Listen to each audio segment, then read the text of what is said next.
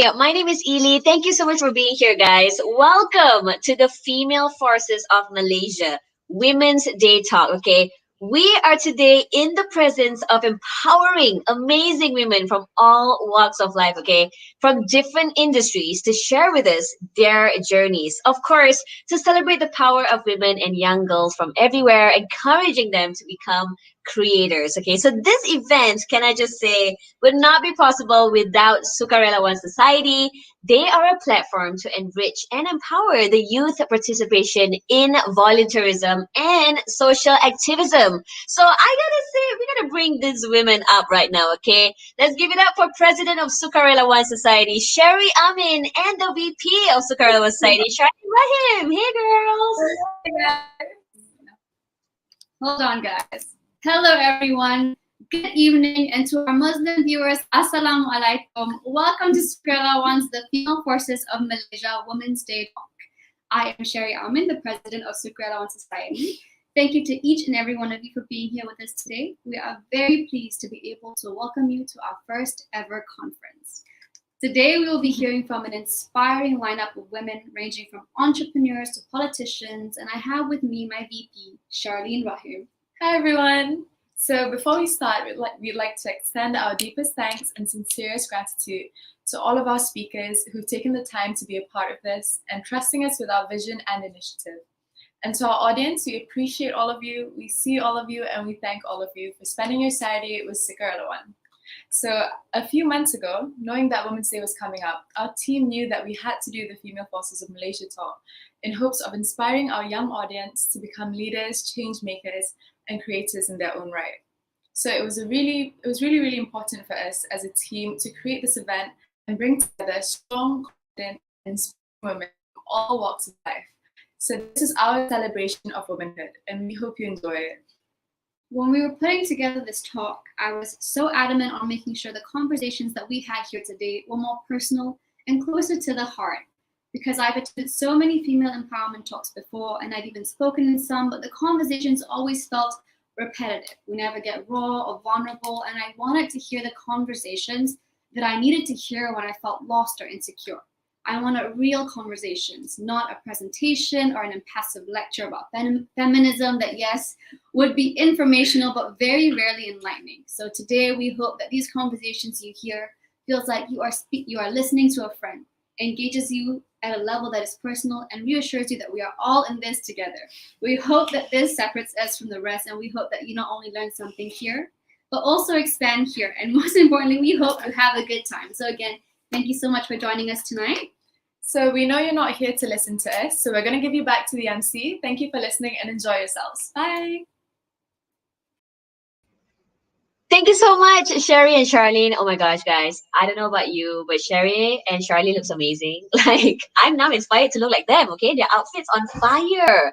Of course, to those of you who just came here, thank you so much. Welcome to the Female Forces of Malaysia Women's Day Talk. And we actually have somebody very special to start off this whole thing, okay? She is the group chairman for Modalan Nasional Berhad, former Governor Bank Negara Malaysia, Tan Sri Dr. Zeti Aziz. Oh my goodness, it's such an honor to have her today. We shall welcome her here right now. Hello, Tan Sri. Are we connected? Yes, we are. We hear very clearly. Yes. How are you, Tan Sri? Well, I'm good. So greetings, and it's my honor and great pleasure to join this event this afternoon at this conference to celebrate International Women's Day organized by SKRLWN Society. Congratulations. The theme chosen, which followed that of United Nations, is most relevant to the times.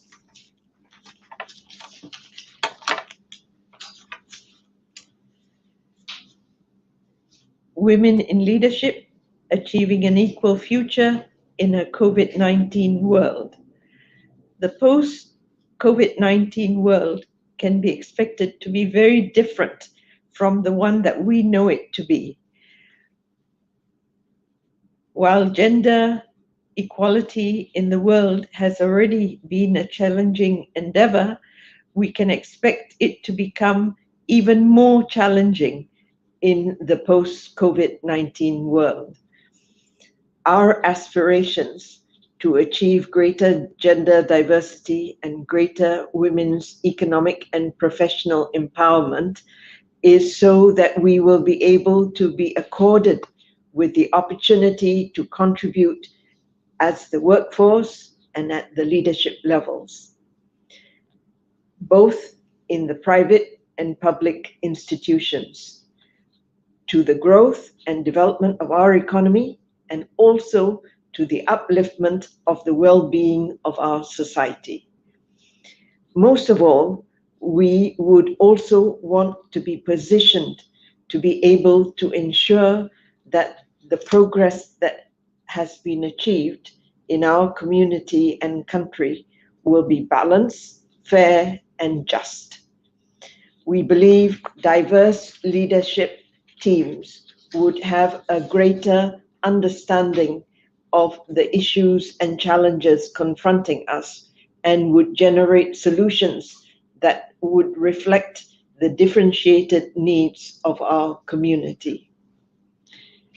As we enter this new era, we can expect an even more challenging environment. While the changes occurring are wide-ranging, allow me to highlight 3 of these changes that are fundamental and that are dramatically transforming the environment that we are living. COVID-19 has not only intensified the impact of these changes, but the pace at which these changes are occurring. The question before us now is, how do we survive in this different environment? And how do we achieve women empowerment, including at the leadership levels? How do we ensure that the encouraging momentum that has been achieved thus far can gain pace? The first is that we have to have an awareness of the changes that have occurred in our environment and how it has affected and impacted us. Second, the new mindset and capabilities that are needed to succeed as a leader.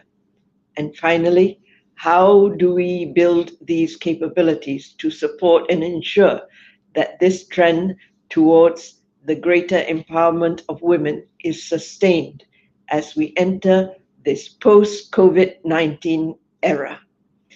Women want to be counted, and we also want for our inclusion to be based on the quality of our talent, seeking out women for the workforce and for the leadership would, I believe, bring in the yet to be detected talent that will provide a meaningful voice and value add to the table.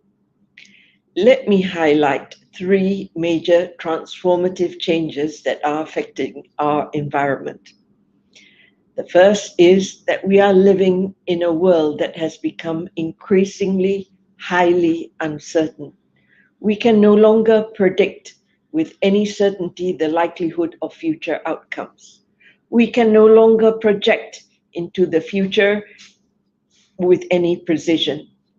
Disruptive developments have resulted in a world environment to become disordered. Previously, the sources of uncertainty were from economic and financial factors. But now it is also non-economic factors that are increasingly generating this uncertainty. This includes the disruptive implication of new technologies, geopolitical developments, natural disasters, and the emergence of new media channels that are able to provide instantaneous information to everyone. The second fundamental change to our environment is the greater trend to leverage on technology and digitalization. The pace of this trend has heightened during this COVID-19 era. The wave of digital transformation has had implications on our business models in both the private and public organizations. It has affected how we communicate to our clients and stakeholders, how we analyze our information and data, how we manage people, and how we even perform our daily activities, such as how we purchase things online and how we make payments and how we pay our bills, how we travel from place to place. These developments have transformed our lives. And during this COVID-19 era, we have leveraged on this technology to work from home, receive education from home, and we are being managed under the digital technologies. A fundamental implication of this trend is it now empowers ordinary people more than previously. And this is an opportunity for the women, actually. The third fundamental transformative change that I wish to highlight is the increased interconnectivity in our environment. No longer can businesses or even as an individual can we operate in a silo or in a compartmentalized manner. Everything has become interconnected, and as a consequence, almost everything is interdependent. There, therefore, has to be awareness of this interconnectivity and how certain developments will have implications on you and your businesses. In addition, there has to be an awareness as to how your actions can also, and your activities will have an impact on others. This is equally important. This awareness of how interlinkages have now become paramount because of its ramifications have now become increasingly more extensive and pervasive. Therein lies the importance of staying engaged, building networks, and extending our sights beyond our own domains and boundaries. Solutions and decisions under these circumstances need to be based on a multidisciplinary approach. Those that have been able to rise up to new challenges have generally relied on diverse teams and are made up of members with a range of expertise, skills, backgrounds, and experience. These include having gender diversity in their teams, and this would provide different ways of thinking, the different views and perspectives that women provide, and diversity and inclusion with a broadened engagement generally will translate into richer discussions and generates better outcomes.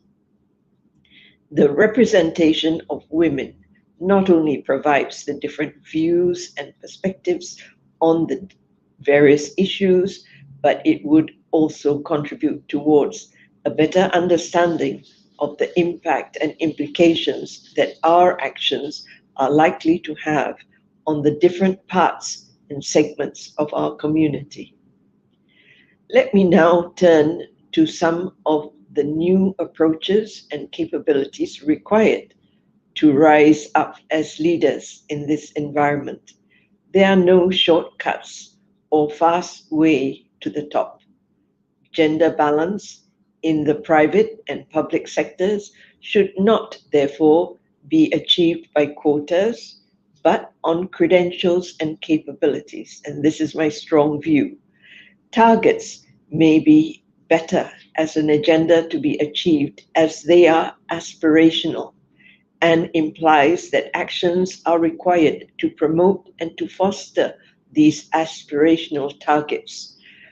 These actions may be a supporting ecosystem that would foster opportunities for women or even actions for the removal of barriers and impediments. It may also involve promoting cultural change in an organization and in businesses. Finally, it is also the policies that would support developing women, including having capacity building programs for career paths and mentoring. Such policies would support the ecosystem for greater gender diversity.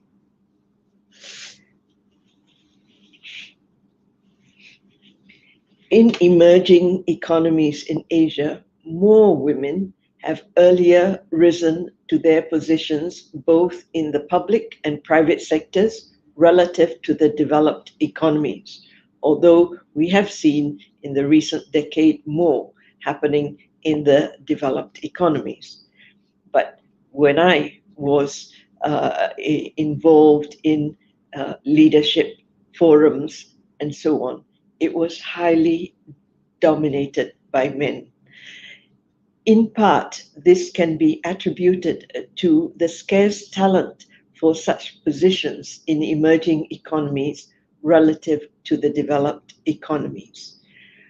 Women in these countries have risen to leadership positions based on their merit and capabilities. In an age of greater demand for performance and in an age of increased scrutiny and transparency, the transition to such leadership positions has not been based on a gender quota. Indeed, it is based on their capability as administrators, business acumen, and thought leaders. And for the most part, women has reached leadership positions in the world now, have demonstrated their mantle and their worth. And indeed, this has paved the way for other women. These are therefore tremendous opportunities. There are tremendous opportunities for women with capabilities to take on leadership responsibilities and thus contribute to our economic performance and for achieving the greater well-being of our community. Leaders are not always born. They may be developed. And there are a number of leadership capabilities that may be developed. Firstly, it is about knowing and understanding the business that you are in and the key elements that drive the business. It is knowing how the system works and how its goals and objectives may be realized. This involves having the knowledge, the skills, the information, the systems, and the methodologies, and the mechanisms, and the structures that are needed to deliver the results. This is important so that the ideas can be translated into results. In a highly dynamic and ever-changing environment that we are living in, this self-capability building has to be a continuous, lifelong effort. Indeed, it was for me.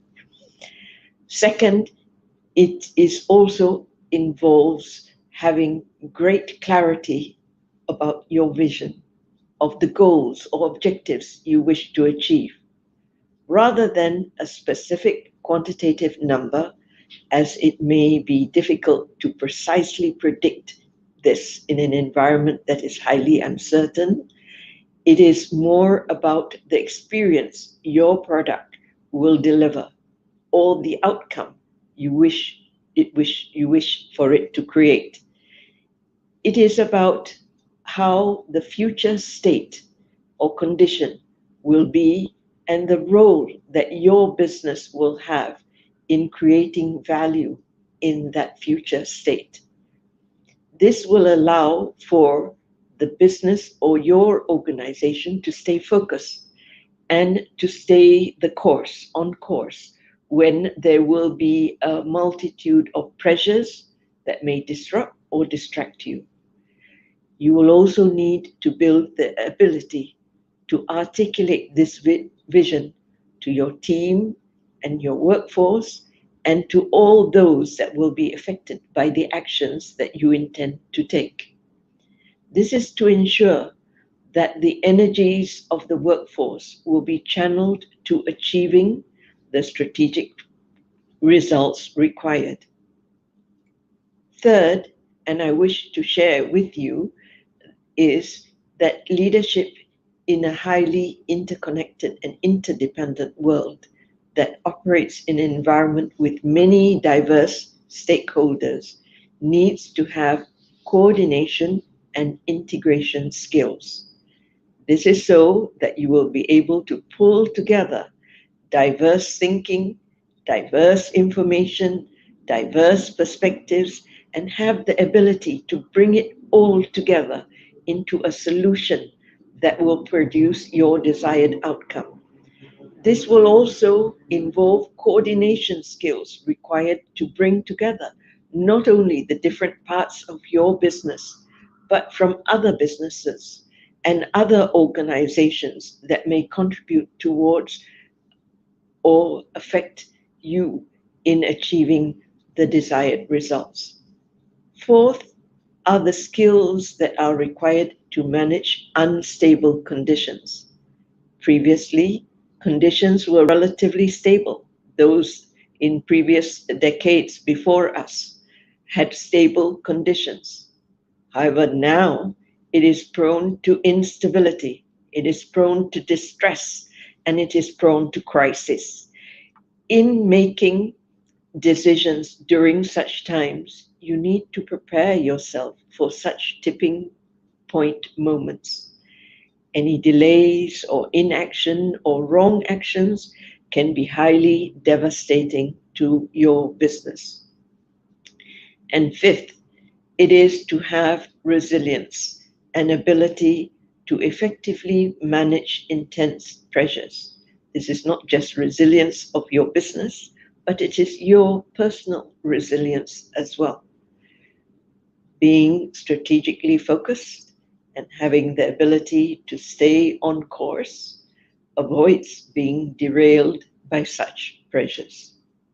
And six, this needs to be complemented by courage and bravery to undertake the responsibilities and accountability. At the extreme, it requires, and I've used this word all the time when I was at the bank, it is about having nerves of steel. This is to enable sound decisions at a time of a high level of stress and tensions to ensure that the business remains calm and cohesive during such times. It is also having the drive and unwavering perseverance to pursue your goals, knowing most times you need to also have a longer term horizon beyond the immediate term, which is highly unstable. Knowing also when it is time to review the situation and to make for a different course of action. In pursuing any objective, key to achieving it is to put in place the enabling environment, having clarity and how the different parts need to come together cumulatively to deliver the outcome. In conclusion, as we venture into this new future, this post-COVID era, into an environment that is more uncertain, that is more interconnected, and which is more digitalized, a different class of leadership is required. The new demands on leadership in this environment is immense. Such leadership is about delivering results and making a difference in the lives of others. Moving forward, it will require the enabling environment and the ecosystem for women to build their capability so that leadership responsibility can be taken with confidence. But in the final analysis, it will be women and men working together, leveraging on their respective comparative strength, experience, and knowledge that will bring us to the best level of performance and advancement in this new era before us. Thank you very much, and all the best to all of you. Thank you so much, Tan Sri Dr. Zeti, for that very inspiring speech. I don't know about all of you, but I am feeling super inspired. I think I'm a changed woman right now. Speaking of women, we will be talking to amazing women right after this. I just want to remind you guys, in the chat box that you guys have been commenting, you can ask as many questions as you can to any of the women today. And let's just go to the next one. The women in business, all right? Co-founder of Hanya, Vin Ditan, and founder of Coco Dry, Kim Mei Chi, to talk about Know Your Worth, then at Text, how self-love will elevate your success. Hi, guys. How is everyone doing? Hi. I love that we're wearing the same color. Totally planned. You guys are insane. Take it away, guys. Have good taste. Hi. Can everyone hear us? Hello. Hello. Hi. Yes. Well and clear. Yes. Okay. Right. We can hear you perfectly. Okay.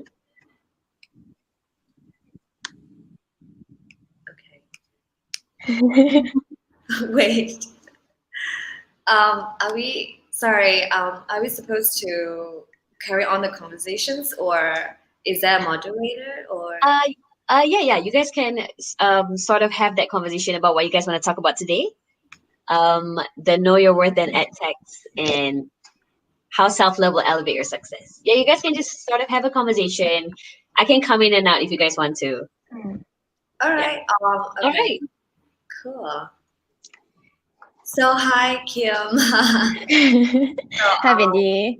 I've heard a lot about you. I've been following your journey. Yeah, a few years back. Oh my god! And congratulations on Coco Dry. Thank you so much. Yeah. So do you want to go a little bit to introduce your business first, and then I'll come after you? Sure. I think we can start by sharing our journey behind our business. Yeah. So sure. So my name is Kim, and I run Coco Dry. It is the first blow dry bar in Malaysia that aims to make women feel cocoa confident on the outside and on the inside as well. So it's not about just making you look good, but making you feel good as well. So women empowerment has always been a very important pillar, even before I started Coco Dry. Yep. Wendy? I run Hanya, so our tagline is Hanya for women by women. So it's like a women army behind this brand. And I was in Fashion Valley for about 7 years, and then I joined to start to a data analytics company called Analytics. So we analyze big fashion data with clients like Uniqlo, Nike, Adidas, and then I was there for a year, and then I started Hanya when I was pregnant. So that was the journey. Yeah, because I was like, okay, you know what? Because I quit the job, and I'm like, okay, what do I do now? You know, I always wanted to start Hanya, and I never know what's the right time for it. So with the support from my partners and everything, so I have decided to just let's do it. Yeah. You know, I think that when it comes to business, there's never a right time. Yeah, it's never a right time. It's you have to do it. How do you start Coco Dry? How did that idea come about? Well, I have to give credits to Girl Boss podcast. So that was when I first heard about the idea, and I was like, what is this? A salon doesn't do cuts and colors. So it piqued my interest, and I started just doing more research to find out more. And I think that, there could be a market in Malaysia, and just with a tweak. And yeah, and it turns out to be working pretty well. But back to you, Vinny, I'm just curious, right? What gave you the courage, to start actually, especially, when you were pregnant? Were you worried about not being to manage it well and the stress?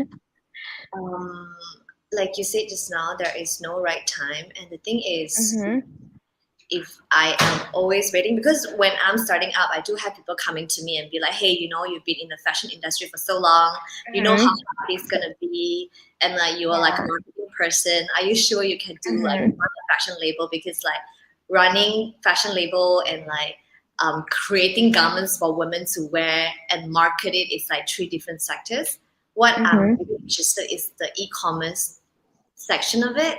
So I talked to my partner, and I'm actually quite lucky because of my experiences in fashion ballet, and also like experiences in like this data company gave me like a lot of courage and a lot of support in data. So I forecast my trend before I create a collection. So that is kind of like that keeps me calm when I create the collection, because like, I know that the demand is there. And like before I start the collection, I kind of like benchmark the pricing, benchmark the patterns, and like the demands of like what this market needs and what this market doesn't have. So I kind of like follow the flow and just like go steadily. And then, like, the first collection that we had was like a crazy good feedback, but that also, I mean, after the collection, you have to come up with the collection, and the second collection don't sell really well. So that's like a really good wake up call for me. Like, it doesn't, no matter how well you think your collection is gonna be, or you have like data supporting it, when it doesn't do well, you just have to like find a way to know how to overcome it.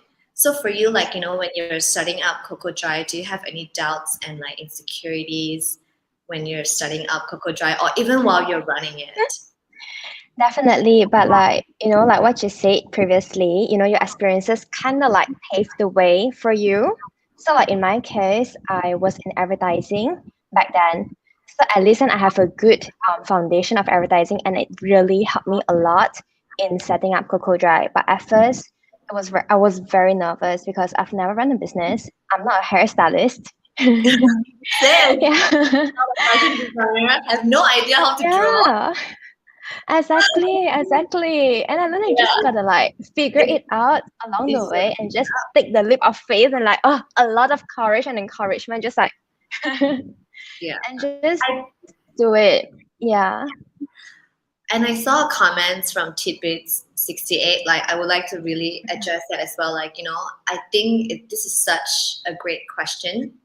Like, I think I'm very grateful to also have like a more privileged background for me to fall back to. But like, that is also one of like a really, that kind of keep me calm and gives me more courage for me to start, because I know I can fall back to like a comfortable blanket. But when I'm starting up,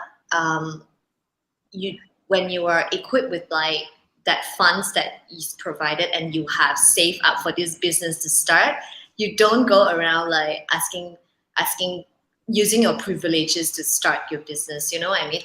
So like, there is a chapter in Netflix called OPM. It's so interesting.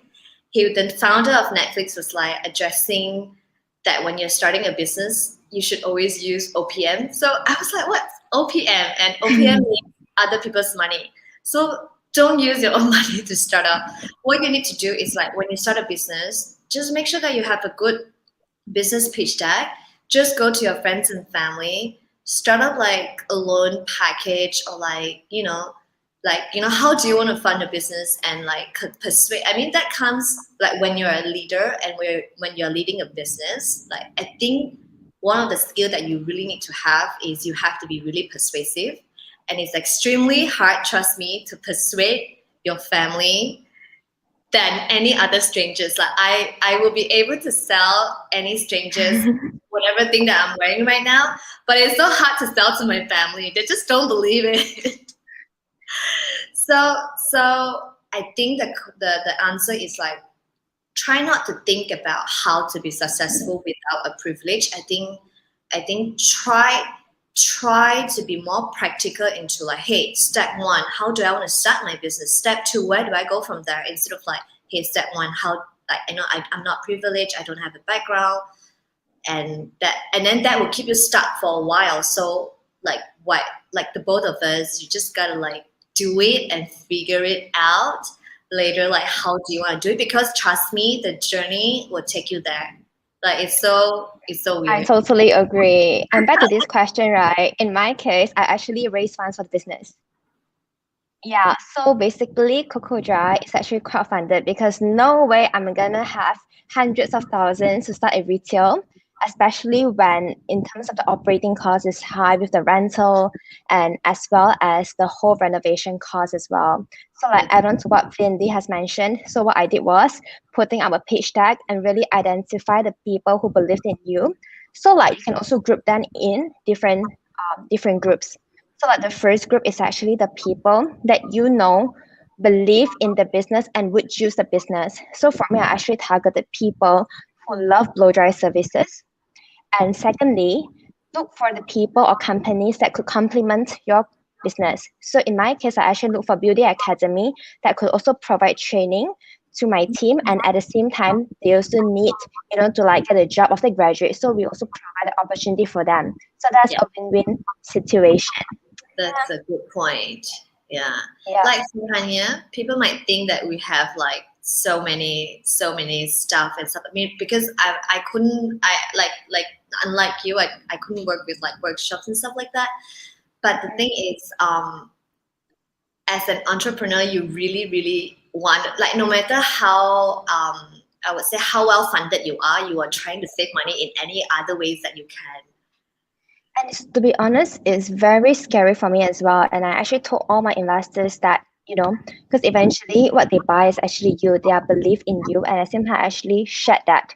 I can't guarantee that because every business has its risk. I can't be guaranteeing saying that, like you'll definitely make money 100%. So what I told them that, like I cannot guarantee that you'll 100% be profitable, but I'll give my 200-300% to make sure that it works. Yeah, is definitely. I think one of the lessons that we have learned from overcoming our doubts and like obstacles is like, I think throughout my whole journey from like working with people, starting up as a marketing executive, and then slowly climb my way up to like a head of marketing that takes care of multiple countries, and then goes up to like a data analytic companies that takes care of multiple international brands. I think one of the lessons that I learned is you never know enough, and you always have to like really stay humble. So whenever I have doubts, so like I think in my case, I always believe in allyships and mentorships. I always think surround myself with like good ally is a really good way for me to be it's like a steroid for me. So I'm really grateful to have my partner Jaja with me, because like the fact when I'm stuck, I can always go to her and bounce off my ideas. Yeah. So like for you, like, is there any lessons that you want to like share with us? How do you want to, when you're overcoming your doubts and obstacles? I think, to be honest, right, I still have doubts every now and then, especially when I face new challenges. Yes. And right, and especially when my team is getting bigger, and it also scares me. How am I gonna manage that? Am I gonna have a second layer soon? What's the next step?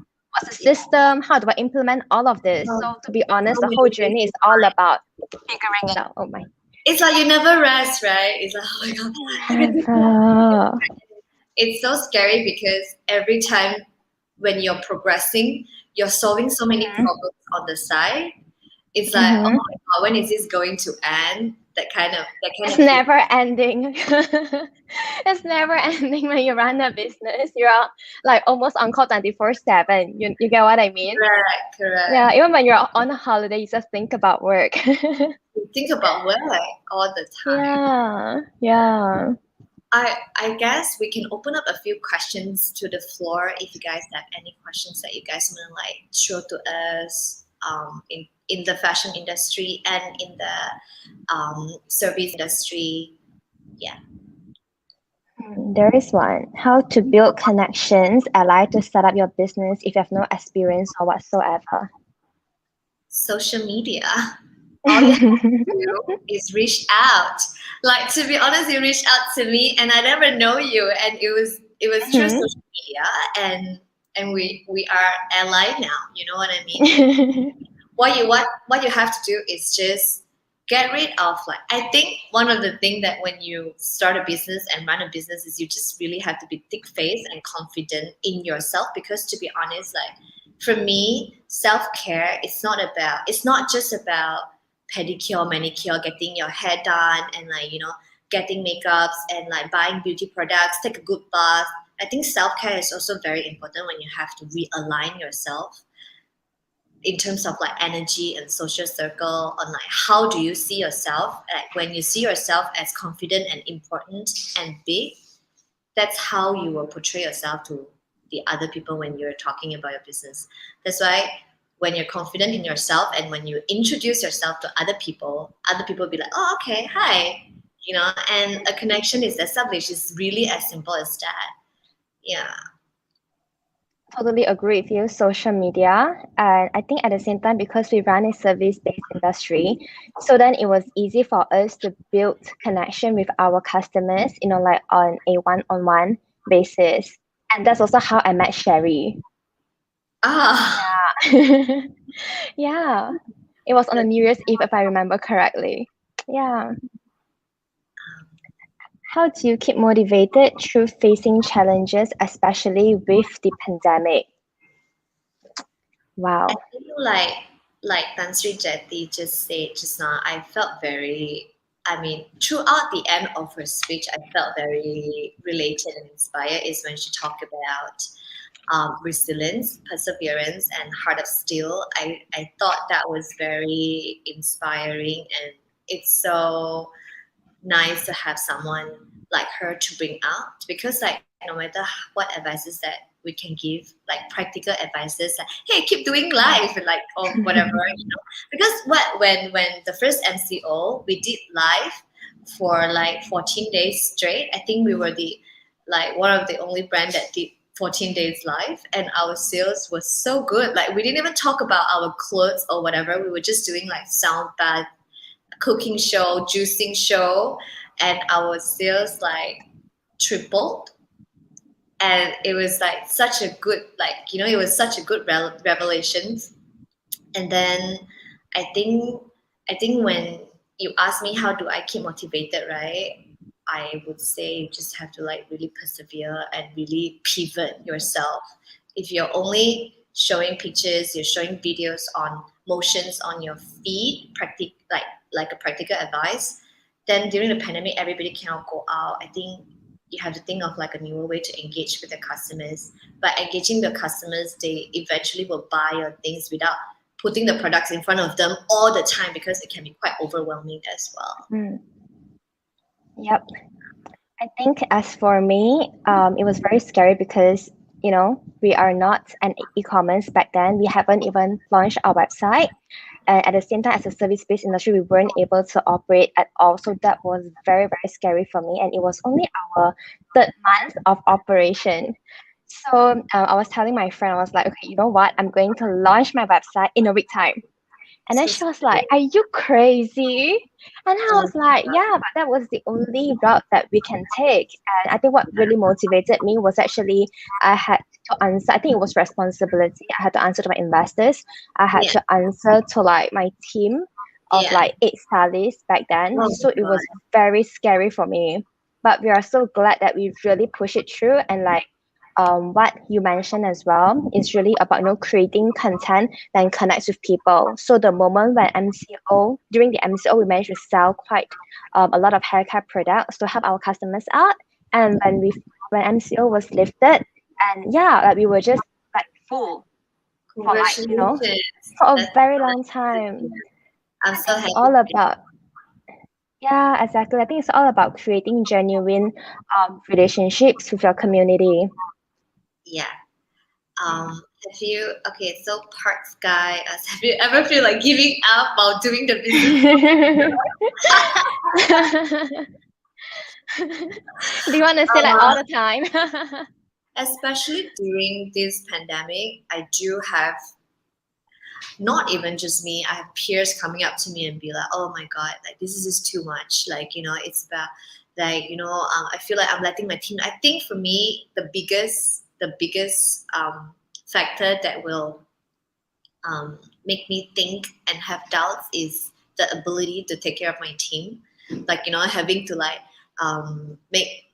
because we do have salary implementation during the pandemic as well. We implemented reduction of salary, and that really broke my heart because I didn't want to do that. But to stay afloat, you just have to make difficult decisions all the time because people might not understand. But but for me, it's like when you make a big decisions like that, you don't necessarily have to explain to everybody why you do it, because in a bigger picture, you have to stay afloat to save everybody, So I guess I do feel like giving out while doing the business from time to time, but I actually give up. Yeah, you just stayed on and just keep pushing it. Yeah. Okay. So Aisha asked, did you have to face criticism that specifically triggers your insecurity regarding the business? If yes, how did you deal with them? Oh my God. One thing about criticism is you just have to learn to block the noise. I read it in a book. They are just noise. You just have to block them out. You can listen to them, let them affect you for a little bit, then you block them out. That's what I would say, because I do face criticism, especially so much that I have people telling me, quit this so you can go back to workforce where you can make more money. I mean, okay. it's it's true, but I think, I do face a lot of criticism, and I have to block them out by the end of the day, because if you keep dwelling in it, then what are you going to do about it? And there's nothing you can do about it. You can't tell them to shut up because that would be illegal. People will always say what they want to say. Yeah. But in my case, I take it a little bit differently, because when I was first starting, a lot of people told me that I was crazy. Huh? No cut? Are you serious? How is that gonna work? How does that work? So that really, broke my confidence. And and at the same time, what I did was I usually convert those criticism as a motivation, to show that, to just keep pushing myself and show that, hey, this Prove can them be wrong. done. Prove them all wrong. And also, I've never even tried it. So who are they to tell me that I can't do it? You get what I mean? Yeah. Inar, I love your story. Yeah, I love it too. That's cute. Don't bring Stojo cup or whatever reusable cup when you buy your Starbucks or coffee bean to get discounts. And it goes very well with a new launch as well. Yeah, thank you. Love the green. Thank you. How do you get through creative blocks when coming up with new designs? Oh. I would love to hear that too. I get that so much. I really, really, really believe in lightbulb moment. I would start for 2 months to think about something, but I would just really use social media. I know it sounds cliche, but it really, really helps to be you just have to go through all the source, Pinterest lah, and then on this Chinese Pinterest called Xiaohongshu is good as well. I get a lot of inspirations from there, and just stay calm for a little bit and don't think about it, and then suddenly 2 days later it just come. I don't know how to explain to you how do you get through creative blocks, but when I'm super stuck, I would just okay, you know what, I'm done. I don't want to think about it. I'll do something else. And then on the side, I will research about it. I will see about it, because I feel when you, at the back of your mind, you still think about it. So when you research, things that's quite similar will come up to you. And what I do is I usually, I will absorb ideas from different sources and then combine them together. Yeah, when I'm stuck. Yeah. So you would say that you find inspiration from different sources, Yeah. And after that, don't just dwell in it. Take a step back, and the light bulb moment will just happen. It just happened. To be honest, it really just happened. I don't know how to explain to you, but does it? Do you have that? Do you have that too? I think I have it so much, like all the Right? time. But I think like what you mentioned, sometimes when you bounce idea off each other, I think that helped me a lot. Yeah, bounce Yeah, ideas. I have to bounce. exactly. I I always don't ask. think, Yeah, yeah. yeah. Right. I always bounce ideas, but yeah. Okay, I think we have a lot of questions coming in. In today's society, do you think education or work experience is more needed or important? Oh my God, work experience. Please go to work before you study. Like it helps so much in terms of connection experience. Like whatever you learn will be so much more practical than theoretical certificate. I'm sorry, but it's true. Nobody asks about my uni certificate. Can I see your Actually, it's portfolio, so please? true. No, especially in our industry. But let's say if you're thinking of like going into a legal industry, into like being a doctor, then yes, definitely. But when it comes to business work experience, to be honest, when I hire, I barely even look at their resume. It's I more don't of the personality and their experience Yeah. that I would like to know more. Work experience for sure. Work experience too. And is it from Yusuf, is it advisable to hire an employee right at the start when the business launches if you're a sole founder, or try to manage everything yourself first and experience all areas of the business before hiring? Okay. I think it depends on the business model. Correct. So I was just going to say, so like for e-commerce, you have to hire. So for me, I hire an operation girl so she's the only one that I hire for like throughout the entire year, and then I outsource. So I work with people for project basis. So like if you cannot afford, like for an example, if you cannot afford a fashion designer for 2005 every month, right? Work with them on like a project basis, and that will save you tons of money. Like just say that it takes 3 to 4 months to come up with the collection, then you work on a project basis and you offer what you would pay in a month. If they accept it, then negotiate your way, and then you can save up quite a lot. I would say outsource whatever that you need first before committing in hiring a full-time person. Because even Hanya, we don't have many full-time staff. We have a lot more contract workers, part-time workers, and interns. I love my girls. They're so good in creating contents. Yeah. So I would say, for me, I would say think of one vital role. Yeah, think of one vital role that you don't want to do and you can't do, and hire. And then the rest, outsource or manage yourself. Basically, do everything yourself. Yeah, it has a lot of variables. For example, the budget of the business, the skill of the business, as well as the model itself. Yeah, so in our case, it's definitely important for us to hire because we are a blue driver, we need stylists. So they are actually my first hire, and it's really amazing because I hired them before I even found a store. So they were when we look back, they were like, oh my god, they were actually worried that it is a scam.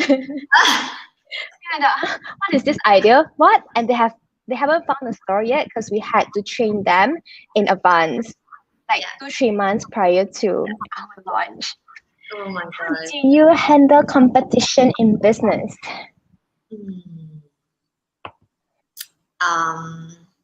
Stay in your lane. I think competitions will help you grow faster and help you recognize. So sometimes I do use sometimes like competitors to benchmark myself. I will always target like a specific. For me, when I try to achieve a goal, I will always target one competitor, and I want to surpass her or him in this period of time. So in like that, when I started, it makes me really like tired and very suffocating, and like I'm like, oh no, I can't keep up and stuff like that. So it gets very overwhelming when when the time goes by. So for now, I kind of just do my own thing and stay in my own lane, and that makes me more comfortable. Yeah, that's for me. For you, Kim? I like the way you put it. Stay in your own lane and just focus on what you do best. Because even in the hair industry, people would be asking me things like how do you differentiate yourself? Because other salons, they also provide blow dry services. So I would explain in a way whereby, like that's our niche. And at the same time, when we do have customers who want cut services, we'll be like, yeah, you can go to Sean Cutler and you can go to 76. It's a very amicable relationship that we have. So when they have people who need blow dry service, they'll be like, oh, go to Coco Dry. So, I just love, such dynamic. Yeah. And just focus on what you do best and don't compare yourself with other people, because that will burden you and you will even lose your touch. Right. And your essence. Yep. I think we'll take final 2 questions. We have only like 4 minutes left. Wow. So okay. Do you want to pick one and I'll pick one later?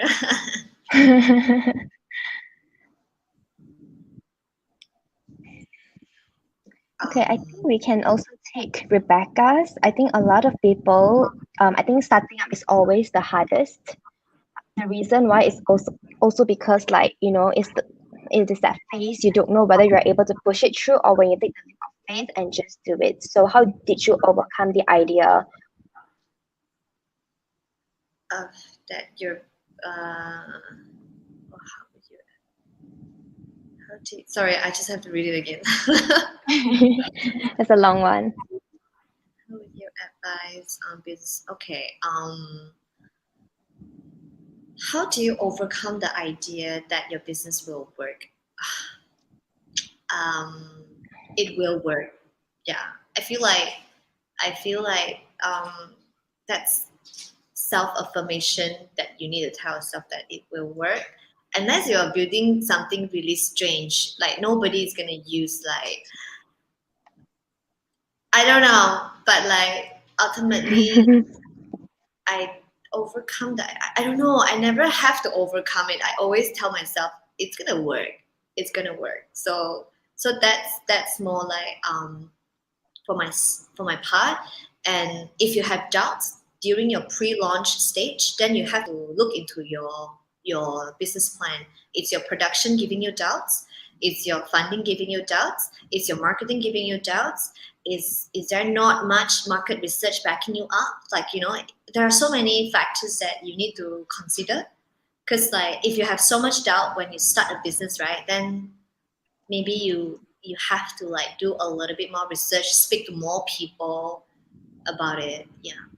That worked very well for me as well when it comes to research and validation, especially for a very new idea in Malaysia.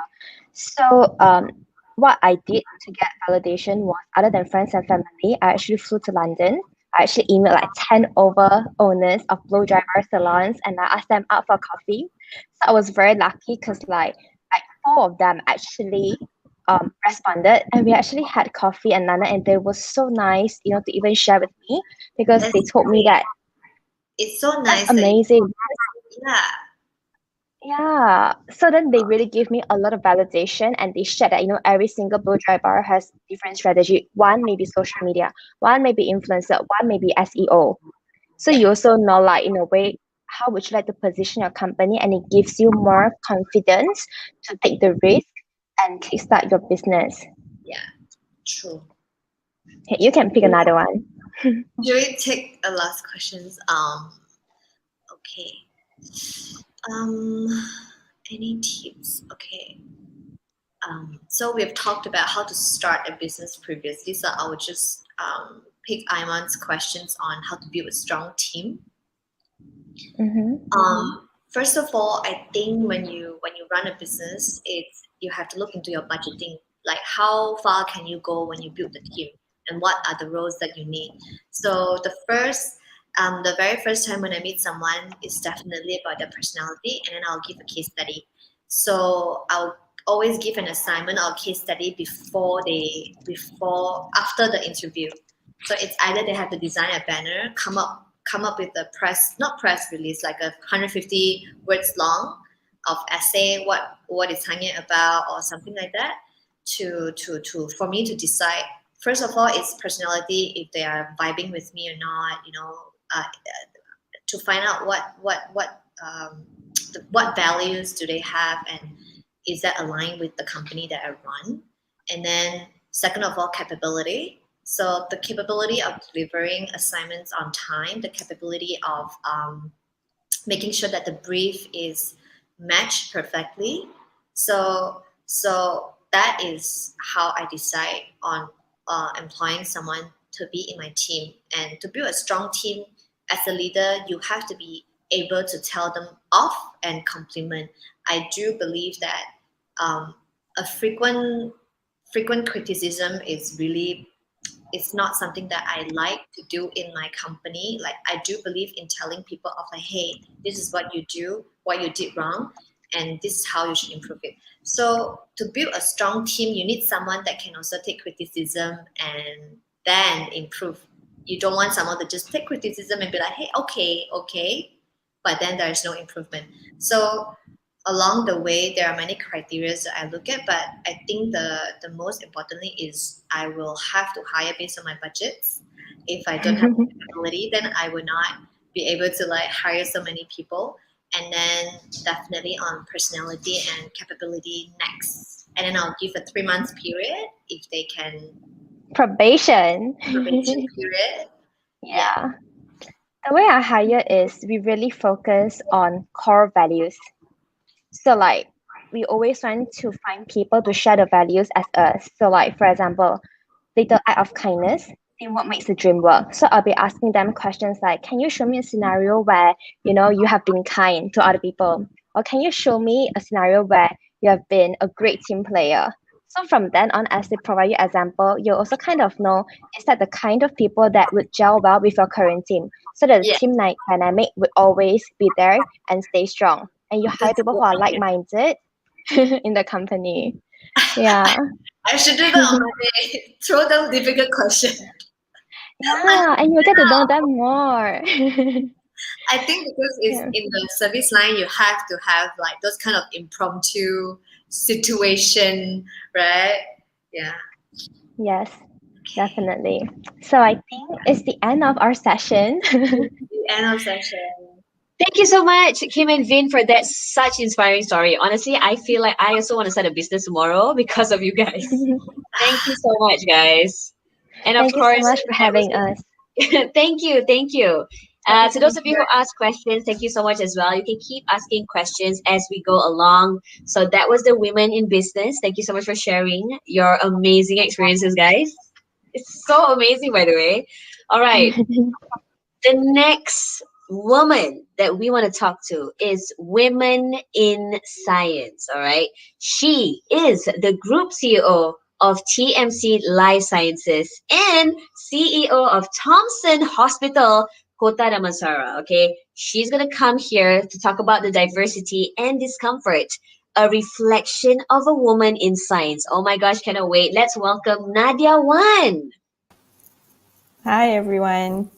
Hi, Nadia. So nice to have you here. Thank you so much for being here with us. Of course, you can obviously start your journey. We want to know so much about you. And tell us how you got to where you are here right now. Yeah. Yeah, so if you don't mind, I just put together a slideshow with some photos.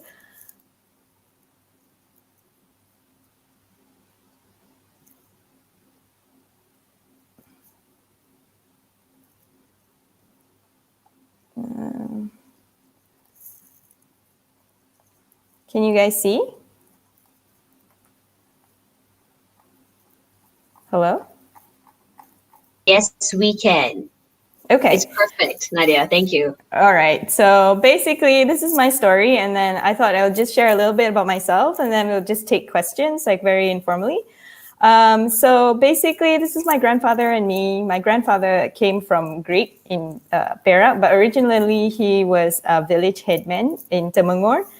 So if you know about Temengor Dam in Perak, that's where the village was. And when it was flooded, everybody had to move out. So my dad grew up in the jungle together with his 8 siblings. But he was also a runner. And so he ran for, like national level athletics. So he got a scholarship to go to university. So he was the first person in his family to attend University Malaya. So after university, he started working in KL, which is where he met my mom. So this is my mom. This is me when I was 1. And my mom's Chinese and my dad's Malay. So we spoke English at home because, obviously my dad couldn't speak Chinese and my mom's Malay wasn't so good. So I grew up in PJ. And so this is one of my favorite writers, George R.R. Martin. So many of you know he wrote Game of Thrones. Basically, this quote is about reading, and reading is really one of my favorite things to do. And I read a lot of random things. So anyway, I went to school in Asunta, which is a primary girls' school. And then I went to Sri Aman, which is also a public high school, which is a girls' school as well in PJ. So I'll stop here. And from here on, you'll notice there's actually a lot of photos. So tell me what you notice. After SPM, I applied for a JPA scholarship to study in the US. This was in 2001. So many of you may not remember, but 2001, September 11, that's when the Twin Towers came down. So I think not a lot of people were applying to the Nadia, US. I am so sorry to cut you off, but your slides are not moving. So we just want to see if it's from your side or, yeah. Oh, okay. Mine are. So sorry, Nadia. What do you see? We see your first slide. A reader lives 1,000 lives before he dies. The man who never reads lives only one. Yeah. Oh, okay. Yeah, that's really weird. Okay. We see your pictures now. You're scrolling up. Okay. Okay. All right. So can you sorry. see- Carry on. Yeah. Thanks great. for stopping me because I can only see my slides. No worries. Anyway. No worries. Yeah. So what happened was I applied for a scholarship in biochemistry because at that time, Tun Abdullah Badawi was the prime minister and they were launching this like BioNexus, Bio Valley. So they were giving a lot of scholarships for biotechnology, and I loved biology. So I applied for a scholarship and I got a GPA scholarship to go to the US. And this guy, his name is Professor Ramli Abdullah. He's a professor in and he happened to be the father of one of my friends in school. What's so special is that he actually gave me the opportunity to work in his lab for a few months. And from that research lab, I actually wrote a paper. So the whole research project was about sex determination of goats, because in agriculture, it's important to know whether the animal's pregnant with a male or female, because we use them for different things like milk versus meat. So anyway, basically, I spent my time there actually milking sperm from goats and analyzing them. But I wrote this fantastic paper, which I then submitted together with my application to Harvard. So I thought that made a really big difference because I think not many people in Malaysia at the time would have this opportunity. So I was really, really glad that Prof. Ramli, gave me this opportunity. And then there's another 2 gentlemen here. So when I arrived at Harvard, I applied for a program called the Howard Hughes Medical Institute, and they have these grants to allow people from diverse backgrounds to actually work in science. So the guy on the left is Professor Richard Losig. So he was the one who interviewed me, and then he gave me a grant to actually work in the lab of the guy on the right, Professor Philip Dormitzer, and he was doing research on rotavirus. So you can see the picture of the viruses at the back of him. And what I was doing is I was doing research on the spike protein of rotavirus to come out or help them to develop a rotavirus vaccine. And what's interesting is that now Phil is the head of vaccine development at Pfizer. So I'm sure he had a lot to do with the current COVID vaccine that Pfizer has come up with. And then while I was at Harvard, the other thing was that they have a lot of money and grants to allow you to do a lot of things. So I actually spent one summer in Costa Rica studying hallucinogenic plants. And so this is a picture of me and my friend Jason at a random bus stop in Costa Rica. So I think like my experience at Harvard was really about trying to explore a lot of different things that perhaps in Malaysia we don't have the opportunity to. So this was my first chance to go to South America. And I also studied Spanish, which is surprisingly much easier than I thought it was, because it's actually quite similar to Malay when you pronounce the words. And then Mormon. So this guy on the left is a person who started an Islamic finance program at Harvard. So many, many years ago, that was the first time people were talking about Islamic finance. And he was at the law school, and I helped him actually to review and compile the research books that he was producing. And then also while I was at Harvard, I think the whole reason why I chose to go to the US was also because they have a liberal arts program. So you not just study science, but you have to study things outside of science. So like the guy on the top right is Professor Hamburger. So I took a class with him on medieval art and architecture. And then Professor Naj at the bottom right was my professor for Greek literature. So basically I was just having fun in university, trying to take all these crazy classes that I never had an opportunity to study, going to public school in Malaysia. So when we graduated, Bill Gates was... Hi, Nadia. I am so sorry again to cut you off. Your story is amazing, but we realized that I think you need to move the slide manually because it will... okay. Yeah. So sorry about that, Nadia. No worries. I think I'll just like not slideshow it. Okay, so Bill Gates was basically at graduation, and I realized that he wasn't a very like charismatic speaker, but you know, he obviously had a lot of dreams about how the world should change. And I think the whole thing about on graduation is that you have all these possibilities about what you can do to change the world. But before that, I didn't tell my parents, but I went off to Africa for a few months to work in a refugee camp after graduation, because after I worked in a lab, I had made some money to be able to pay for this trip to Africa, which was the first time that I lived in Africa for a time. So that was college, and it was basically, I think in summary, just like an exploration of what happened, what could happen, just trying to find myself, like grow up into my skin, see the world, and experience a lot of things outside a cocoon.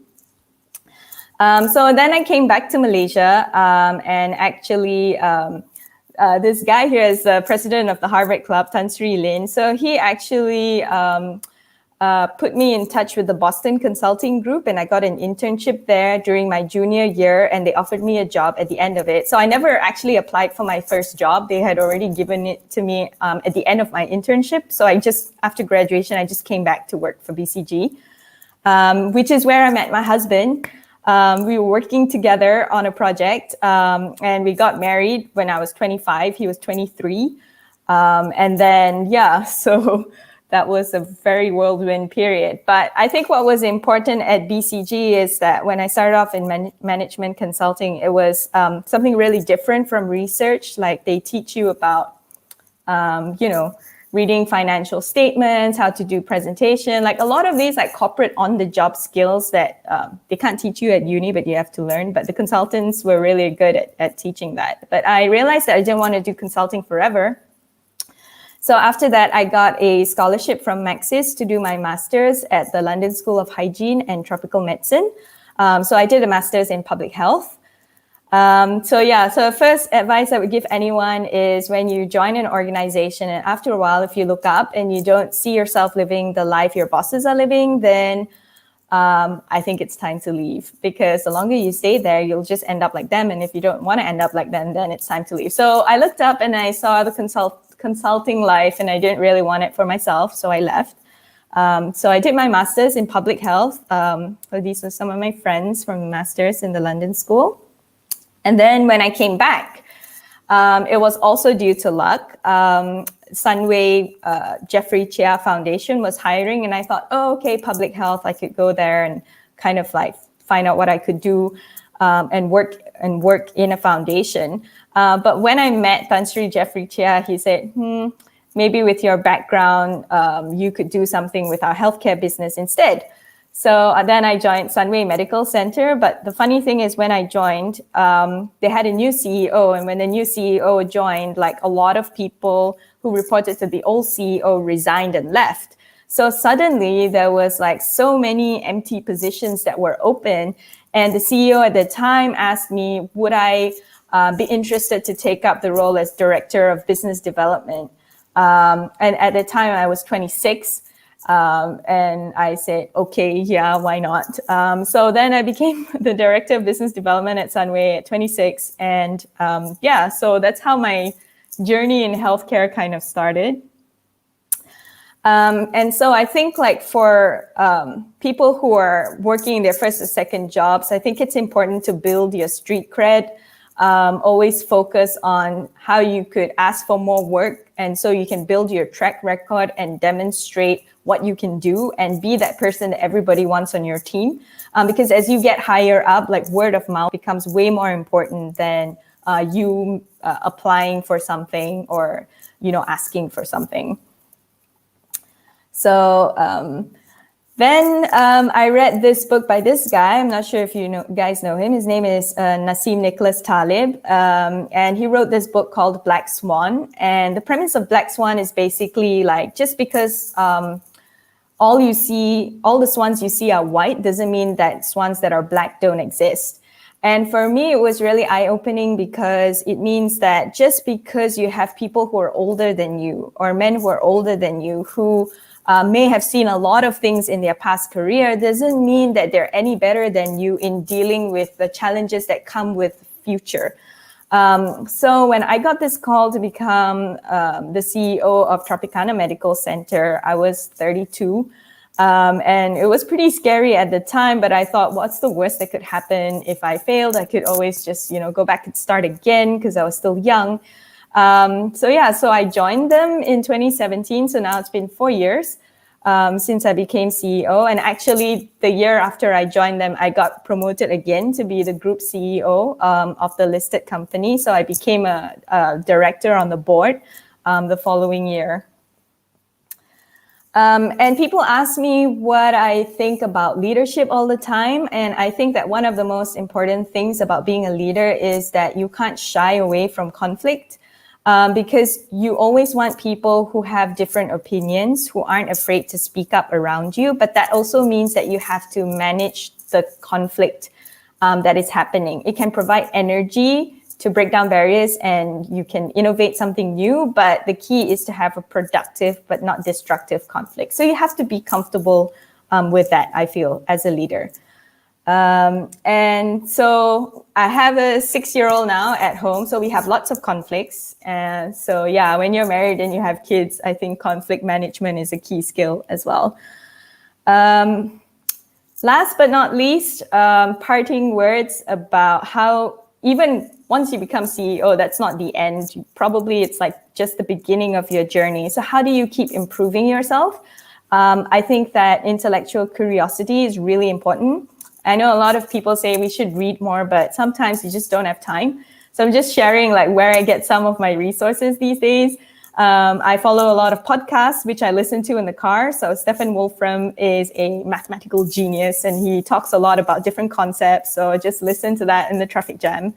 I also get a lot of news, like science news, especially like people publish their research, their papers on Twitter. So I follow a lot of these leading scientists. So like Eric Topol is the director of the Scripps Research Institute in the US. I also like reading fiction. So this guy in the middle, the Chinese author Liu Qixin. So he writes like science fiction novels. And I believe like reading novels is really important. Like a lot of people focus on reading and they think like, oh, you should be reading nonfiction. But I really feel like fiction is really important because it shows you like the possibility of what could happen if we could imagine something. And I think that that inspiration is really important too. And then for us to build our networks, I think it's really important to participate in different events that you put you in touch with different kinds of people. So I was very lucky to have joined Global Shapers many years ago. And then recently I've graduated into the Young Global Leaders. And so it's just another platform for you to meet people, talk to different people so you can exchange ideas, develop your network. So just, I think last week we had a session with Jane Goodall, which I think my daughter enjoyed more than I did, frankly. And then this guy in the middle is Dr. Atul Gawande. So I love reading all of his books. He's a surgeon in New York, but he talks a lot about philosophy and healthcare and medicine. So this is a picture of my office. And you can see here, I have some of the values that I actually read from Atul Gawande's book, and I think it's important to remind myself. So I think what's really important as a leader is all of these things, but most important is actually selflessness, because in order to lead, people need to have a reason to follow you. And if you are just thinking about yourself, then there's really no reason why they would follow you. So I think like having that kind of selflessness is really important in being a leader. So yeah, that's my last slide. So this is just me and my team in pre-COVID time celebrating Deepavali. Yeah, so I'll stop sharing now and then probably we can just have questions. Nadia, thank you so much for sharing your story. Honestly, it is so inspiring. I feel so motivated now to do what I actually want to do.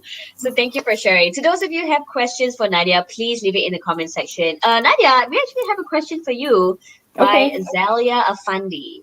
Who do you look up for inspiration or mentorship? How do you keep your team motivated despite conflicts? So there are a few actually female leaders that I admire. The first one was Indra Nooyi, who used to be a CEO of Pepsi.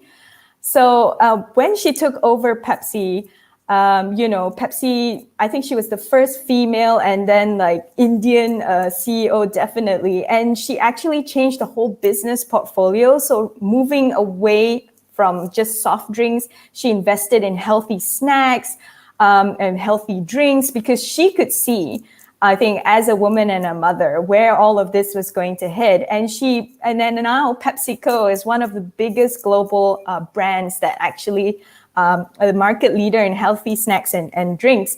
And that's an example of how you use your own personal values to drive change in society using the position that you have in a company.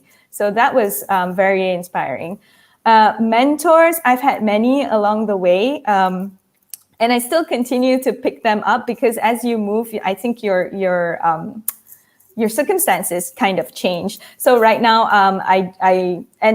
but I think I talk the most to my husband, I think, because he can understand. He's a founder of his own company. So, to have somebody whom you can trust to give you honest feedback is really important. And so I would encourage people to really look into that because it's not easy to find someone. Wow, Nadia, thank you so much. I was just looking at DYG Fatin's comment. She's saying that your story inspires her to do better in preparation for her final semester, which begins next week. Good luck, Fatin. Which, it makes me wonder, like, I'm sure there's a time in your life where you felt like, you're burning out and you kind of just need to take a step back. So how do you sort of like come back to it, get into the zone? Yeah, I think this whole COVID pandemic was definitely a stretch of period where I felt really burned out. There was just so many things happening. The first thing is I think that you need to know internally, or you have people around you to tell you that you are approaching burnout. And for me, I started getting a lot of tension, headaches, and insomnia. And then that was something that really struck out for me.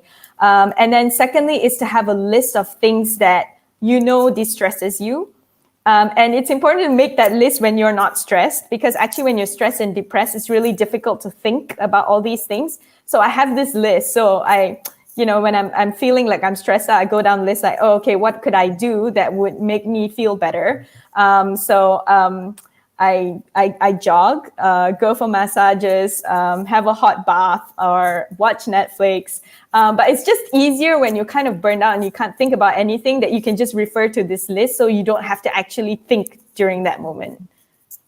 Oh, wow. Okay, that's nice. Okay, I'm going to go for a jog real quick and hopefully that will distress me as well. Nadia, last one for you though. Do you have any advice to the young audience hoping to pursue a career in your industry?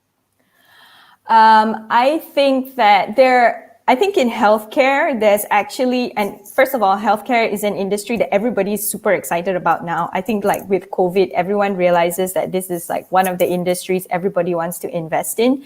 But the important thing to remember is that in healthcare, we don't just need doctors.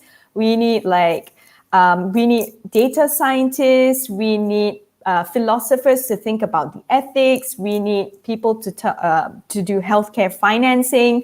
So I think that just because you're interested in healthcare doesn't mean you have to be good in biology. There's so many different ways to engage with the industry. So I would encourage you to like read up about it, engage with people, talk to them, have conversations, even if it's online.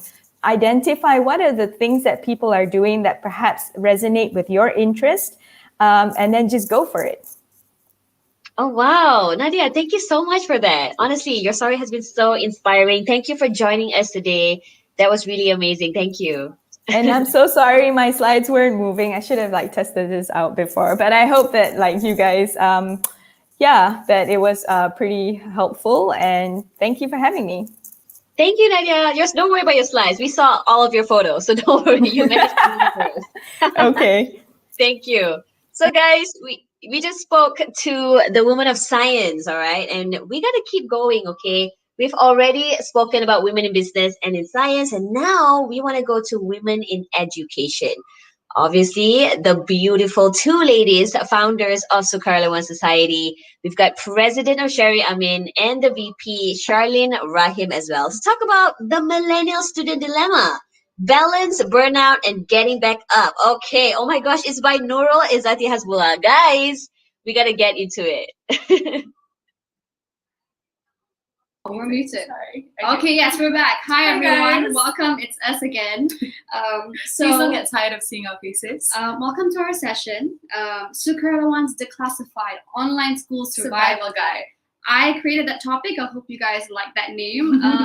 I think basically our segment today, we're going to be discussing our honest journey and transitioning to online university, how it's been for us, some of the tribulations. and then we're going to get into the tips and tricks that we've picked up along the way to make our lives a little bit more tolerable. So I think we hope that this can be useful to all of our young viewers who are probably struggling with e-learning right now, just as much as we are. So hopefully. So Shar, being a medical student, I mean, aside from SKRLWN duties, she's a medical student. Aside from our SKRLWN duties, me and Sherry are both full-time university students. So I'm studying in medical school, and Sherry is studying politics and international relations. She got it right this time. So I think it really hasn't been an easy transition, but tell them, how has it been for you? I think for me, medical school especially requires a lot of physical classes. Like we need to see patients, we need to have labs, we need to see microscopes, and like not being able to have that, it was a really, really tough transition for me. The only thing I can reference at this moment is Grey's Anatomy, so I can only imagine how would you do all that online. Yeah, you can't. I had to learn how to do venipunctures through a video, so you can tell that it really hasn't been an easy transition. But I mean, you know, you move, you learn things, and you grow, you pull through, and you survive. Hopefully it gets better. Yeah. But what about you, Cher? For me, I think the most difficult thing for me to get used to when it came to online learning was just my attention span could not deal with it. I'm someone who... Sherry has ADHD. So yes, I have a little problem focusing, and when I chose my university, I chose it specifically because it was very isolated. I knew that I wasn't going to be distracted, but with the pandemic happening, it threw me back home, and like, you know, my family's always around me. And like the laptop is the easiest way to get me distracted. My phone is here, everything on my laptop, and like. No, but that's a problem that a lot of students face. Exactly, as well, I feel like it's normal even without the ADHD, just the distraction. And so personally, I had such a hard time managing myself and just focusing. Every time a lecture is on, I just would put it up and I would just like zone out and just maybe fall asleep, take a nap, and like the whole lecture is going on. You can't do that in real lectures, you know? Exactly, and I think that's why it's really, really tough for a lot of students, because when you go to lectures or when you go to classes, you have your teacher right in front of you, so you can't fall asleep, you can't walk out, you can't watch Netflix. But when you're forced to do all these things on your own, it becomes a whole challenge, you know? It's so weird as well for me, because I don't know if you guys know what this is, but I have developed this weird anxiety with emails. I cannot open my emails. I cannot WhatsApp now. And can you imagine, like, my course requires us to debate in every single session, every single seminar that I'm in. Like, they give us a topic and we're supposed to debate. And like online, we're just like we don't know when to start. We don't know when it's our turn to talk. And You have to raise your hand through a button. yeah, and like we have to click to wave. If you guys are on Microsoft Teams, you guys know what I'm talking about. And like just that whole interaction is so weird that I tend to avoid it because it makes me feel uncomfortable. So I don't know how anyone else is dealing with it. I think I like worry that I'm like left behind, or I feel as if I don't really know what's going on in my own course because I don't have my professor in front of me. I don't have my classmates in front of me. So I always feel like I'm left behind. And then when I talk to my friends, they're all like, no, we're in the same exact situation as you. Do not worry. So that was really like, what's it called? When you feel relief. It was reassuring that I wasn't alone, you know? Yeah. So what else should we talk about? Honestly, what else has our experience been like? We know because in the beginning of the pandemic, I had a really hard time adjusting. I don't even think I really attended some of my classes just because I was so uncomfortable.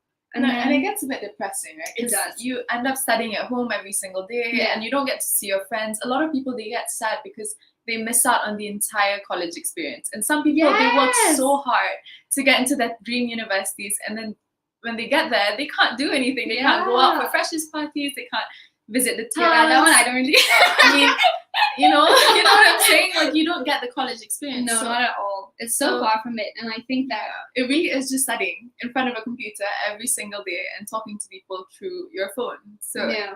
I can understand why it's really, really tough. Because I know a lot of people always slide in my DMs and message me and ask me, Sherry, how do you manage yourself? How have you been keeping up with uni? Because I think even though we all might portray that, you know, things are going well, we're doing a lot of things, it seems like we're on top of our game. I can tell you here right now that it's not true at all. Like we cry almost every day. We have like regular episodes of us breaking down because we study together too. Yeah, it's such a scary feeling to not really know what's going on. And I feel like my department and uni, they were really my support system through all of it. I don't think I would know how to navigate through anything without my classmates. And now my classmates are in different time zones. And then my classes go up to like 2 a.m. at night. And then, you know, it's 2 a.m. I'm just like falling asleep. So it's so hard for me to keep up with all of that. And exams as well. Everyone is happy that it's online. But for me personally, I'm not a fan of it. I've not been a fan of online learning. And transitioning has just been a pain.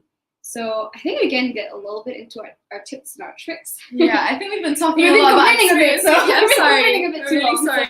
But now we're going to go into our tips that we have that I think has really, really helped us in this entire transition. I think at the beginning of the pandemic period, everyone kind of had to figure out their own way of coping, how to study, because it's a completely different environment. Mm-hmm. So yeah, we hope this can be a bit useful to you. So Sherry, you don't want to start? You don't want to start? You can start. So for me, I think, what was it I was talking about? Pomodoro. Like when I was asking everyone for studying tips and studying advice, everyone kept saying Pomodoro. And I was like, why are they telling me this cartoon? Because I kept thinking of that penguin cartoon, like Pomodoro. But I realized Pomodoro was a studying technique where you give yourself 20 minutes, a timer, and then a 5-minute break. And someone who suffers from an attention disorder, that has helped me so much because it paces me. And I think that when I break down simple, like bigger tasks to simpler, like smaller tasks, it seems less overwhelming. And when it's so overwhelming, I push away everything. I just set it aside. So I think that procrastinate. I procrastinate. She knows this. I procrastinate a lot. Like it's become an art form, and I've mastered it because everything that I do, I think when I am uncomfortable, I don't like feeling uncomfortable. So I think that's every single student, though. I just know. I put off a lot of work. No, I realize that when I study with her, she can sit down and really focus for a long period of time. Whereas for me, it's obvious that I'm like, I just start making TikToks. Yeah, I'll just like get distracted because I just know I don't like that feeling. But I think the Pomodoro, the whole like timing myself, I use on my computer Pomo Focus, but on my phone I have an app called, I think it's like Tree or something. No, Plant. Sure, you're supposed to give them the actual app. Let me look at it right now. But it basically, every time you time yourself, you get to grow a plant. So you can build a virtual little forest. It's called Focus Plant. this is the free version because I don't like paying for my apps. So you can use this app to just basically time yourself, and then your phone is disabled. Your computer, you can use FOMO focus, and you basically don't look at anything but the timer, and you just focus on your work. So that's helped me a lot. What helps me is scheduling. And I know that sounds really, really lame, but I think with everything transitioning to, on all our classes transitioning to online classes, it's really, really important to kind of stay on track. So for me, when I get my semester schedule, I will put everything into my calendar. Like I would schedule 3 to 4 months of my classes onto my calendar and set reminders for every single class, every single lab. When you don't schedule, you get kabut, right? Like Yeah, you just because- miss out on little things. Yeah, you'll miss out on little things. So I'll put in my briefings, I'll put in my SKRLWN meetings, my other organization meetings, especially my classes, my exams, and when to study, and I set reminders for it because it syncs to my computer, it syncs to my iPad, it syncs to my phone. So if I forget there's a class, all of my devices will remind me. So I think that's really, really, I'm forgetful. That's so what happened to me as well. Before I ever synced it to my phone, I kept missing my lectures. I'm like, lectures are not compulsory, so I kept telling myself, it's fine. And then it came to a point where when I entered seminars, I was like, I don't know what's going on. I have no idea what they're saying. And in politics, they tend to use like really big words. So if you have no idea what's going on, plus these big words, you're just gonna look there and you're gonna be like, you know, and when I get lost, I leave because I do not want my professor to call me like, Sherry, do you have anything to say? And I just be like, no. my mic doesn't work. My mic doesn't work. That's what I used to say. So when it's synced into my phone, I would get 30 minutes before an alert so that I can get ready for class. Yeah, so that's really, really helpful. And change in environment. We're talking about this. Yeah. So me and Sherry, we don't really, how would you say? Basically, for me, I need separate spaces for separate things. So when I was in uni, I didn't even study in my room or my house. I would only study in the library because that was my workspace and my home is my rest space. So if I'm in my rest space and you expect me to do work, that's not going to happen because I'm in rest mode. If you put me in the library, I can't do anything but do work. So when I came back here, libraries were closed down. There wasn't really anywhere I can go. My home is my home. So obviously I have the TV, I have my sisters, I have everything to do but my work. So I never kept up with work because of just the fact that it's like rest mode, you know? And to top it off, being that I study abroad, when I'm there, it's like, okay, university student mode. But when I come back to Malaysia, it's like holiday mode. So it's been so weird trying to adjust that. And I think what really worked out for us was we found a co-working space. And I would really recommend that for anyone. You can go in, like there's a daily pass. There's also memberships. And then I don't know. Well, we use Common Ground. They have like so many outlets. This isn't a plug, okay? We're not being sponsored. This is they can sponsor stuff. No. This is just something that we enjoy, somewhere we enjoy going to because there's a lot of natural light. And I think that's really, really important for me to study because I need natural light. I don't like fluorescent light because sometimes it's really, really harsh. Just some libraries are fluorescent. Yeah, no, that's why I cannot study in libraries. I'm the type of person, I need a bit of background noise, so I like to go to cafes or co-working spaces. Co-working, that saved my life. Ever since I started going there, I've been more productive. I would say that's the word. Like being productive is so hard at home, and I don't know about you guys, but my family can be really noisy. So if I'm in the middle of class, you can hear my siblings or my mom, yelling, and that's like I don't want to open my camera in class and then my lecturer can hear, hey, like that's the last thing I want to happen. But the change environment, what else? I think the change environment, if you think about it, it's really, really important because sometimes you tend to get really stuck if you try to study at home or study in the same place every single day. And then you'll find yourself at a complete block where you don't feel like you can study anymore. You're tired, you feel drained. I feel that way too. I get that way because I remember like when MCO was first implemented last year and I was just studying in my room every single day. And I just felt like I was living in a little prison cell because it was just the four corners of my room and my laptop, and that was really, really depressing. So the moment MCO kind of started loosening their restrictions, I just started going out and I studied so much better. I would just go to Starbucks or any coffee shop and I think change of environment is super, super important. Yeah. Also, one thing that has kind of become such an important, just something really important to me to kind of manage is obviously mental health throughout this whole transition because it isn't easy. Every time she struggles or any of my friends who are in uni struggle, I always reassure them and say, no one prepared us to study in a pandemic. The fact that you're pursuing it you're still persevering, you're still pushing through, it's something. You should give yourself the credit to Give yourself a little pat on the back. Pat in the back, because it's not easy. No one ever taught us how to deal with the change and the transition, and it's only been less than a year plus. A year plus. Yeah. When I transitioned into online learning, it was like the final few months of my second year, and I didn't really think it was going to affect me so much until I got into final year for me, and it's just been a whole different ball game. I don't think no matter how much you prepare for it, it's still going to be difficult no matter what, because it's just that you got so used to a certain learning environment, and then now you're here, and then everything just feels really foreign. And yeah, I would say just give yourself the credit of even continuing to pursue your studies. And I know it's been difficult, but one thing that really makes me feel better is knowing that I'm not struggling alone. Everyone's struggling with me. So we can look into the questions now, no? I feel like it. Are we done? Are we done with all our tips? Is that all our tips? Do we have more? I feel like we have a bit more. You can go. I'm pretty good. Okay, I think probably the last one for me would be to recognize your strengths and your weaknesses. Because for me as a student, I'm not the type of student, and I recognize this really early on, I'm not the type of student that can really pull in an all-nighter. I have to study like in the day. So when I started realizing that, I would just start waking up in the mornings at like 5 a.m. It's 6 crazy. a.m. I found that really crazy at first. Yeah, so I would literally wake up like subuh time and I would study until 6 p.m. and then I'm done. I don't study past that because that's all I need. And I make sure that when I study, I don't just study to finish a chapter, to cover 3 chapters a day. I make sure that I study to actually learn things, so that I always imagine myself, if someone asks me about a disease, I have to be able to explain it. You know, so when I study things, hearing all these medical stuff, I don't get it. No, but that's just how it's been. So yeah, I guess now we can go into questions. What do we have? Oh, hey guys! Yes, let's go into questions. Wait, I gotta say something. Okay, you guys were taking your time to tell us about the whole everybody kind of like slacks a little bit, because we know deep down we do slack, we do procrastinate. So what about you guys? Where do you guys draw the line to tell yourself, okay, we need to stop procrastinating, let's go back into work?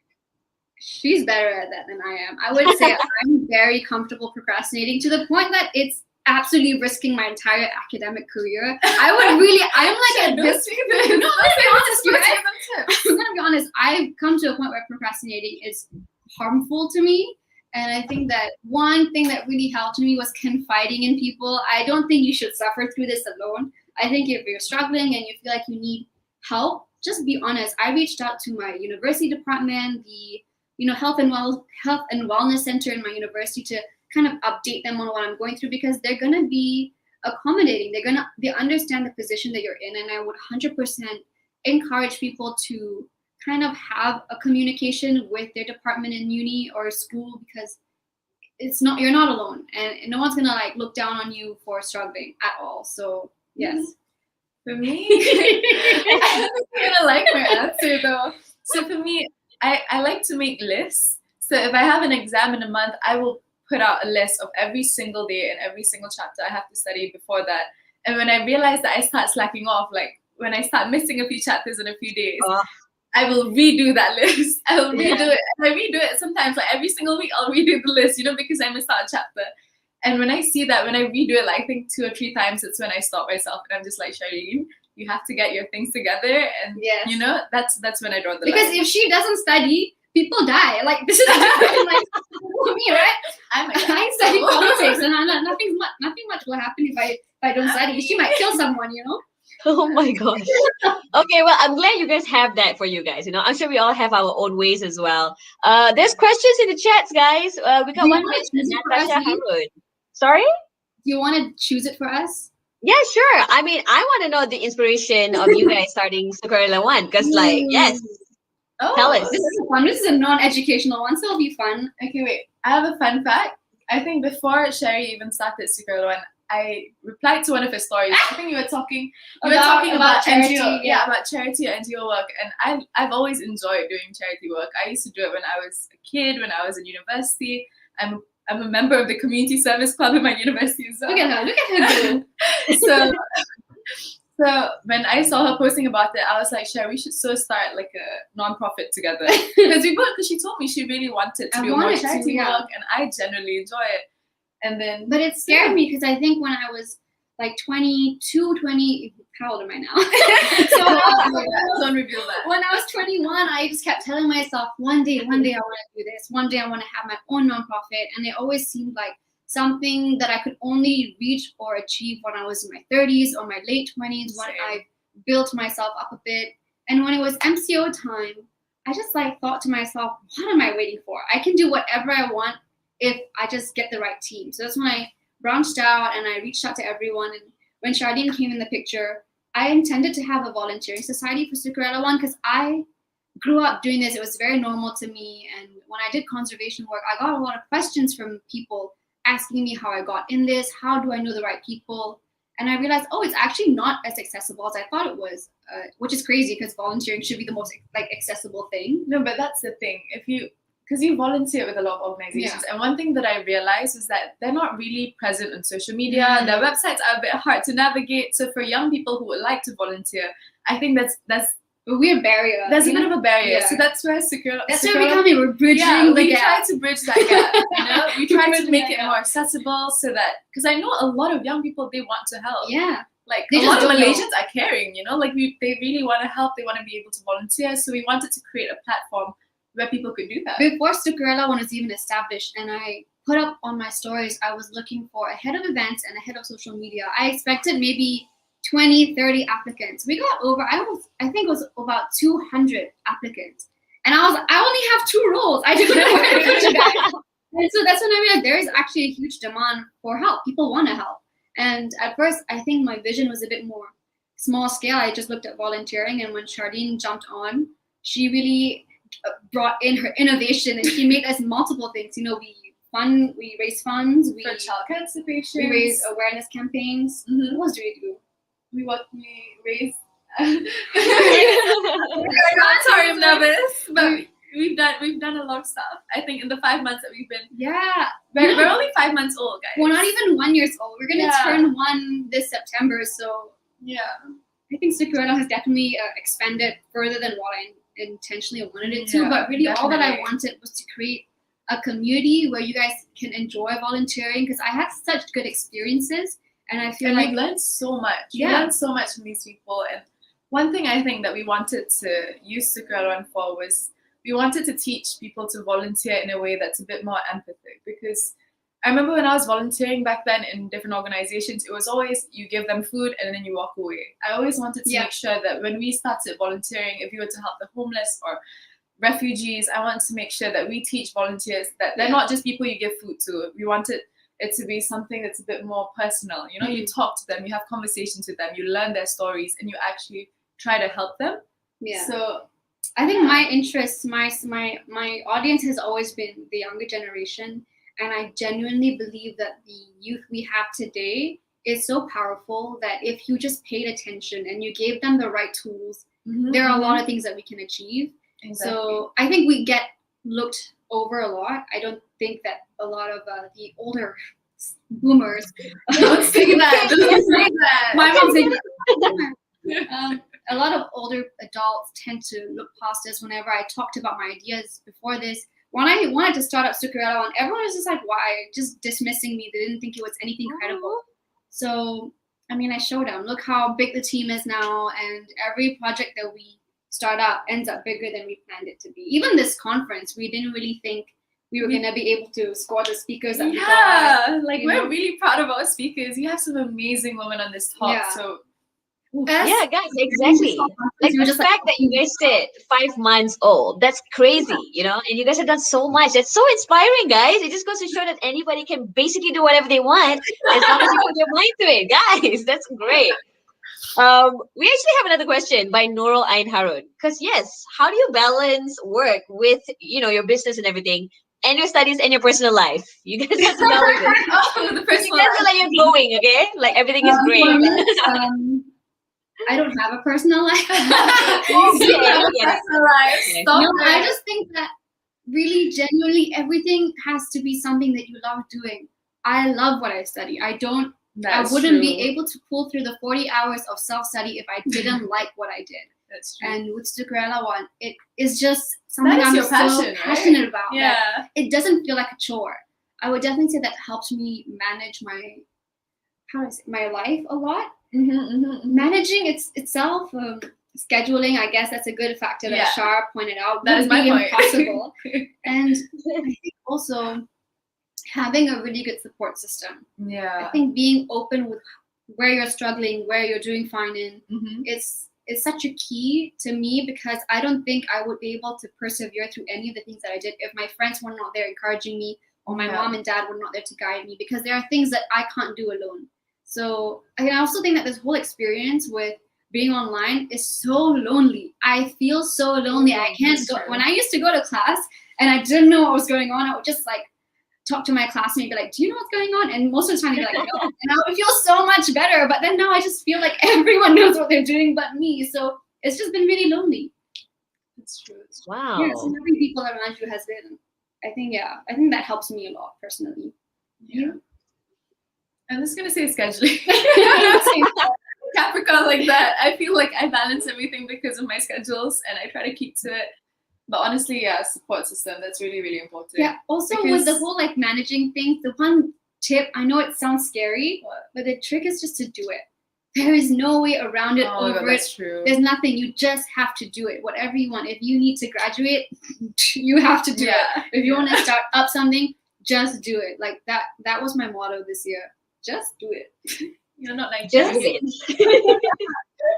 Oh my gosh, Sherry, Charlie, you guys have been so inspiring so far. I feel like I just want to do things now as well. You know, like right after this, I'm just gonna do something. You know,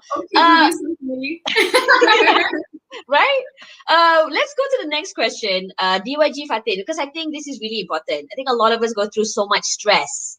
So how do you guys actually manage, your stress? Give us some tips, girls.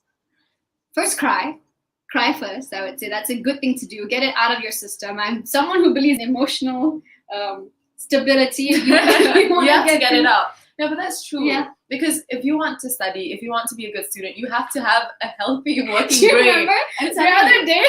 The other day I cried. I was crying. It was like 8 a.m. I was crying because I walked into Common Ground. She was crying. Yeah, so we were doing work together. She walked in and she saw me like crying, and then she was just like, "You can't study like this," because my eyes were so swollen. I couldn't see what I was reading. I was just like, she's like, "We can't study like this." So she went and got me food. She's like, "Talk it out. Just tell me everything." And after getting it off my chest, I could do work. I could not focus. Because then your emotions get in the way, Yeah, no, because if you try to study when you are sad or when you're angry at someone, it's not going to go in. So you have to like exercise, or I don't know. Yeah, you gotta stop exercising. Yeah, no, I feel like what really, really helps me as well is like trying to balance everything out. Like I would study and then I would spend some time with my friends and my family, do some SKRLWN work, and I would throw in a spin class, because I don't understand that at all. I don't exercise. No, but it's true, because endorphins, like it gives you so many endorphins and it just makes you feel happy, and that's good. That's good for your mental state, especially in this time. Go jogging or cycling or something. Yeah. Some form of physical I just activity. think with stress management, there's don't be like Sherry. She likes to run with slippers, and she only runs when she cries. when So I'm she'll run emotional, out I'll start and she'll running, cry. Cry first, and exactly. You have to Even Fatiha, guys. Figure it out. Because I just think as well, like meditating, kind of being in tune with where your head is at. I don't ever skip a day where I don't ask myself, okay, where am I now? Like, how am I feeling now? Because if I don't ask myself, it's gonna come to a point where I get overwhelmed, and then the stress is gonna get to me. So if you guys can have one person that you rant to, you go to therapy to, therapy, it does help you, because I was doing Oh, thanks, guys. Thank you for sharing. Of course, the last one from you guys, since you guys are so young and you're starting a business, what is your advice to all the young people out there, girls and boys, who do want to start a business? Just do it, dude. No, I think everyone needs to have two kinds of people if you want to start a business. Because I am the pessimist in this relationship. She is the optimist. Yeah, so I will always be like, what if it let's doesn't do work this. out? What if this doesn't happen? But she'll be like, Shar, no, it doesn't matter. We're going to do great. So you need that one friend who kind of tells you that things are going to be okay. Yeah. But you also need another realistic friend that kind of It's like, grounds okay, you, like calm down, relax. So, I mean, when it comes to starting, I really think the sky's the limit. Do not ever think you can't achieve something. I always tell myself, whatever I want, I should tell myself I already have it. So let's say I wanted this, what do I want? Let's say I want a first in my uni. I just tell myself, whatever I want, I already have. And when you think of it that way, nothing seems impossible. So I think that's one thing. And also, just a game plan. You need to have a step by step. You need to have a game plan. You need to know where you want to see this leading up to. Have low expectations but high hopes, you know? and honestly, if you're going to start a business, I think try to leverage in social media. I'm just telling you, Yes. like young people, that's especially in MCO period, like that's all everyone does. So if you just leverage on it a little bit, just figure out how it works, it will help you tremendously in your whatever business plan. Yeah. My key tip with any young people on here, the digital world is going to be one of the biggest industries very soon because I think everything it already is. Yeah, I think it is already. I mean, to be fair. Instagram is basically a Let's shopping be mall honest, right okay? now. Like so. for me personally, even when I started my Instagram account, when I started using social media, I had no indication that it was going to turn into a career. So, because back then when people would ask me what's your ambition, I would say, firefighter. What? No one's going to say, social media influencer, YouTuber. No one was going to say that. But look at what we have today. So I would really say, if you're young, try to figure things out digitally because there are a lot of opportunities here. And like I said, whatever you want, it's already within your reach. Wow, thank you so much, guys. You guys, that's so inspiring, guys. Let's just start a business now, okay? Let's just start a business now. Thank you, Sherry and Charlene, for that. Thank you so much. Of course, to those of you watching, we are still going to go on. We're going to be talking to amazing women that will keep empowering us day to day. The next one, though, is women in arts. That's right. You have seen her on magazines. You have seen her on all kinds of videos. She looks amazing. She is amazing. Let's give it up for model and actress, TV hostess Alicia Amin. Bye. Yes, she's going to be talking about breaking barriers. Hi, Alicia. How are you? Good. Oh, wait, Alicia, we can't hear you right now. Are you on mute? I am not on mute. Am I on mute? We can hear you now. Okay. Yes. Okay. Yes. Great. Hi. Hi, Alicia. We cannot wait to hear your story. You can take it away. Okay. Hi, guys. For those who are on here or who have just come on, my name is Alicia Amin. I am a model and actress, and I have done some hosting. I've also gotten into DJing and a bunch of other things within the art industry. So that's the basic background about me. And as you can see, I'm a little bit different, I guess. I'm a little bit like alternative in this landscape of what you see on the media in Malaysia and things like that. And I would say that when I started off, it wasn't this open and it wasn't this fair, it wasn't this fun, but I'm glad to say the 11 years that I've been in this industry, things have definitely changed. Things are becoming a bit more open, although it may not seem that way sometimes on the news. But yeah, and I would have to say that media and the arts industry, the creative industry, has a big impact on the ideas that people have of the community around you, of what's going on in the world, where people stand, where social groups stand, the kind of messages that you want to relay. So for me, those things have always been important in my career. It's always been about the message that I want to put through, why I do the things that I do, why, if there are rules that I don't agree with, why I don't agree with them and why I want to break them, and how that will then change things, or how that can pave the way for sort of like other people who are considered weird or different, or yeah, that is basically what I've done the past 10 years. Ooh. Am I alone in this? Okay, so I guess I'm just gonna go off and talk about this. Okay, so basically within the arts industry, I guess a lot of people always want to know why or how I started. So I was a regular high school kid, and I just wanted some extra pocket money, and I'm quite tall, so naturally everybody's just like, oh, why don't you try and model? So I joined a competition at the time. I didn't win, but that kind of put me down this road, the road of fashion and modeling and clothes, runway, and it all seems very glamorous, on the outside. But obviously, once you're in the industry, it really isn't so much anymore. So you learn a lot of things. You learn that nobody cares about what you have to say. Nobody cares about how you feel, and nobody cares if you are insecure or if you are not comfortable with yourself. All people care about is this exemplary work ethic, which is quite toxic if you think about it, of you showing up no matter how you show up, of you fitting the clothes, so that meant being very skinny.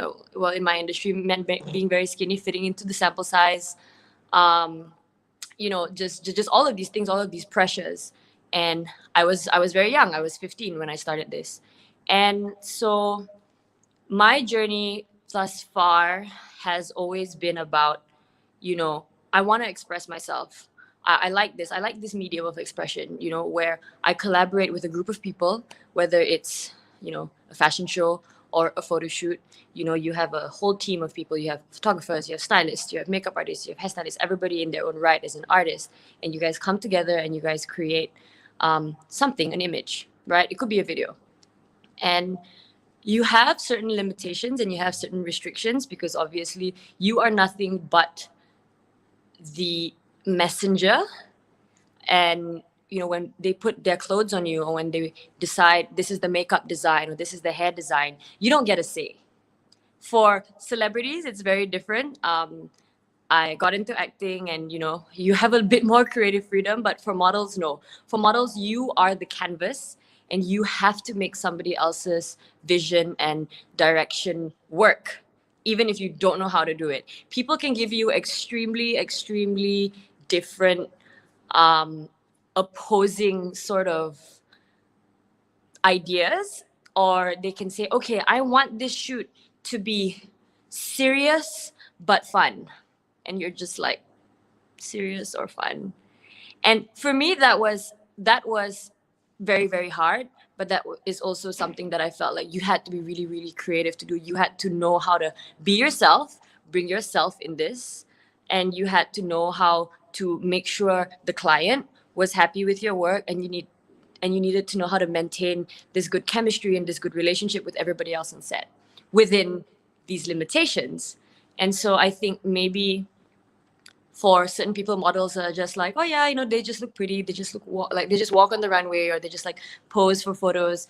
And then now in the age of Instagram, you realize like, when you need to take a photo for Instagram or you need to do something, it's not that easy. Some people can look a bit more posed, it can look a bit more set up and not as natural, whereas some people really have a knack for it, and everything they do, it kind of looks like they touch gold.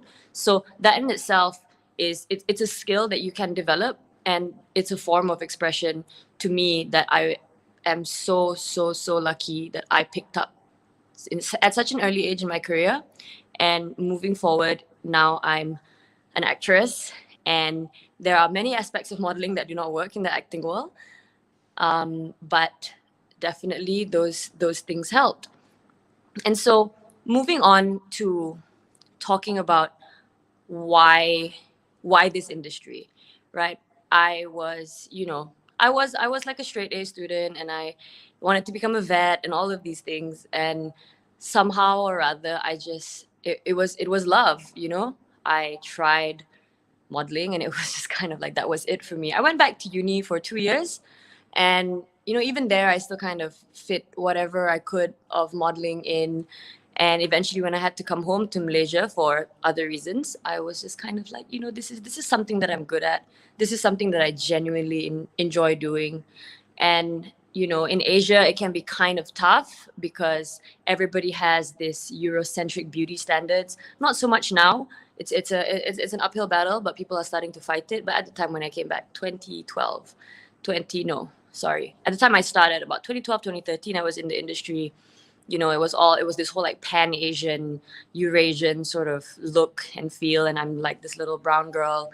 On top of that, I had tattoos. And then, I come back and then I do Asia's Next Top Model. And for me, this is a very important part in my life, not just because I was on a TV show, but because there was a TV show, there was a modeling show that was willing to show that, hey, girls with tattoos, they can also do it too. And also there's a lot of representation in, the West. You have models like SKRLWN, who, had small tattoos. Freya Bea Eriksson, she had this amazing tattoo on her neck, and, certain pieces. And while maybe tattoos might not be something for everyone, in a way, it is a form of rebellion, and it is a form of expression. And considering that this industry airbrushes and, edits girls to look a certain way when you're on shoot, what is so difficult for you to remove this? You can get rid of my pores, which are naturally there, and everybody has them, by the way. Why can't you get rid of this? I mean, if that's such a big deal. And then eventually you see that it became not so much of a big deal. Obviously, Malaysia has strange laws when it comes to publishing, tattoos and things like that, because we are a more conservative country. And yeah, for the most part, we know how Malaysia's censorship laws are. There are certain things that you can't show tattoos unless the person, you can't show tattoos in media, so movies, TV, print, whatever, unless the person that you're portraying is sort of like a villain character and they get rid of this character in the middle. Or, if they are like a bad guy at the start, at the end, they have to kind of like turn out good. So tattoos have always been, seen in this really negative light, when for most people with tattoos, we're just like, this is art. Some people buy art hanging on the wall. I commission people to draw art on my body permanently. And anyway, sorry, I went off track a little bit with the tattoos, but for me, that was something that I really, really appreciated in my time on the show, because they were willing to take a risk, an Asian girl, an Asian model with tattoos, something that was not very common at the time. And then that kind of opened a lot of doors for a lot of other people. We started seeing, at least in Malaysia, more models, who had sort of the right to kind of express themselves in their own personal space. And people might say like, oh, this is not professional and etc. But like I said, you already edit us like crazy. Sometimes I look at my photos and I'm just like, I don't know if this chick is me. Her eyes are too big, or like I'm not that skinny. Like I have a bit more cheeks, I have more pores in this. And if you can get rid of all of that, those parts of my identity, why is editing this bit kind of like too much? And eventually people sort of got that. And then on the other end, there was this whole, you're a Malay girl, you dress like that, you work like that, where is your self-respect? Where is all of, you guys know kind of how netizens and things can be. And so I got the most of that heat when I was on the show, and then when I proceeded to start acting right after the show or while the show was airing. And for me, I really, really had to grow thick skin. When I was younger, I was obviously so angry. I had obviously so much to prove. I, was always fighting with people on Twitter. I always wanted to defend myself, and I always wanted to stand up for myself. And I always felt like, no, these people, their minds need to be changed. But the thing is that I learned about, going through that whole process, it's that, no, I don't need people to be like, okay, no, this now needs to be accepted. This now needs to be the norm. It actually became more of, hey, all I need to do is actually just exist in this space. I need to, and as a woman, we all know it's kind of hard to hold space because people get very upset, or people get very angry when women kind of don't listen to what they're supposed to do, or they don't fit into a box. People use all sorts of things against you. They use dignity, they say family, they say you don't know your worth, and all things along those lines. And they tried to basically put me back in a box, but I had always known that I didn't fit in a box. And that's why I did it, that's why I entered the arts industry. If I was okay with fitting into a box, it would have been maybe slightly easier for me to end up in a corporate job, in a corporate job. I'm not saying that everything corporate is is within a box. But compared to the arts industry, obviously, I would say that we are slightly more unhinged here. Everything is sort of up for debate. Everything is subjective, and you can almost look any sort of way, and people will just be like, oh yeah, like this is like an arts person, or this is like, it is okay to be weird in the arts industry. So then I was like, why am I within my arts industry still being pushed into a box? Why do we have to put up with this as artists?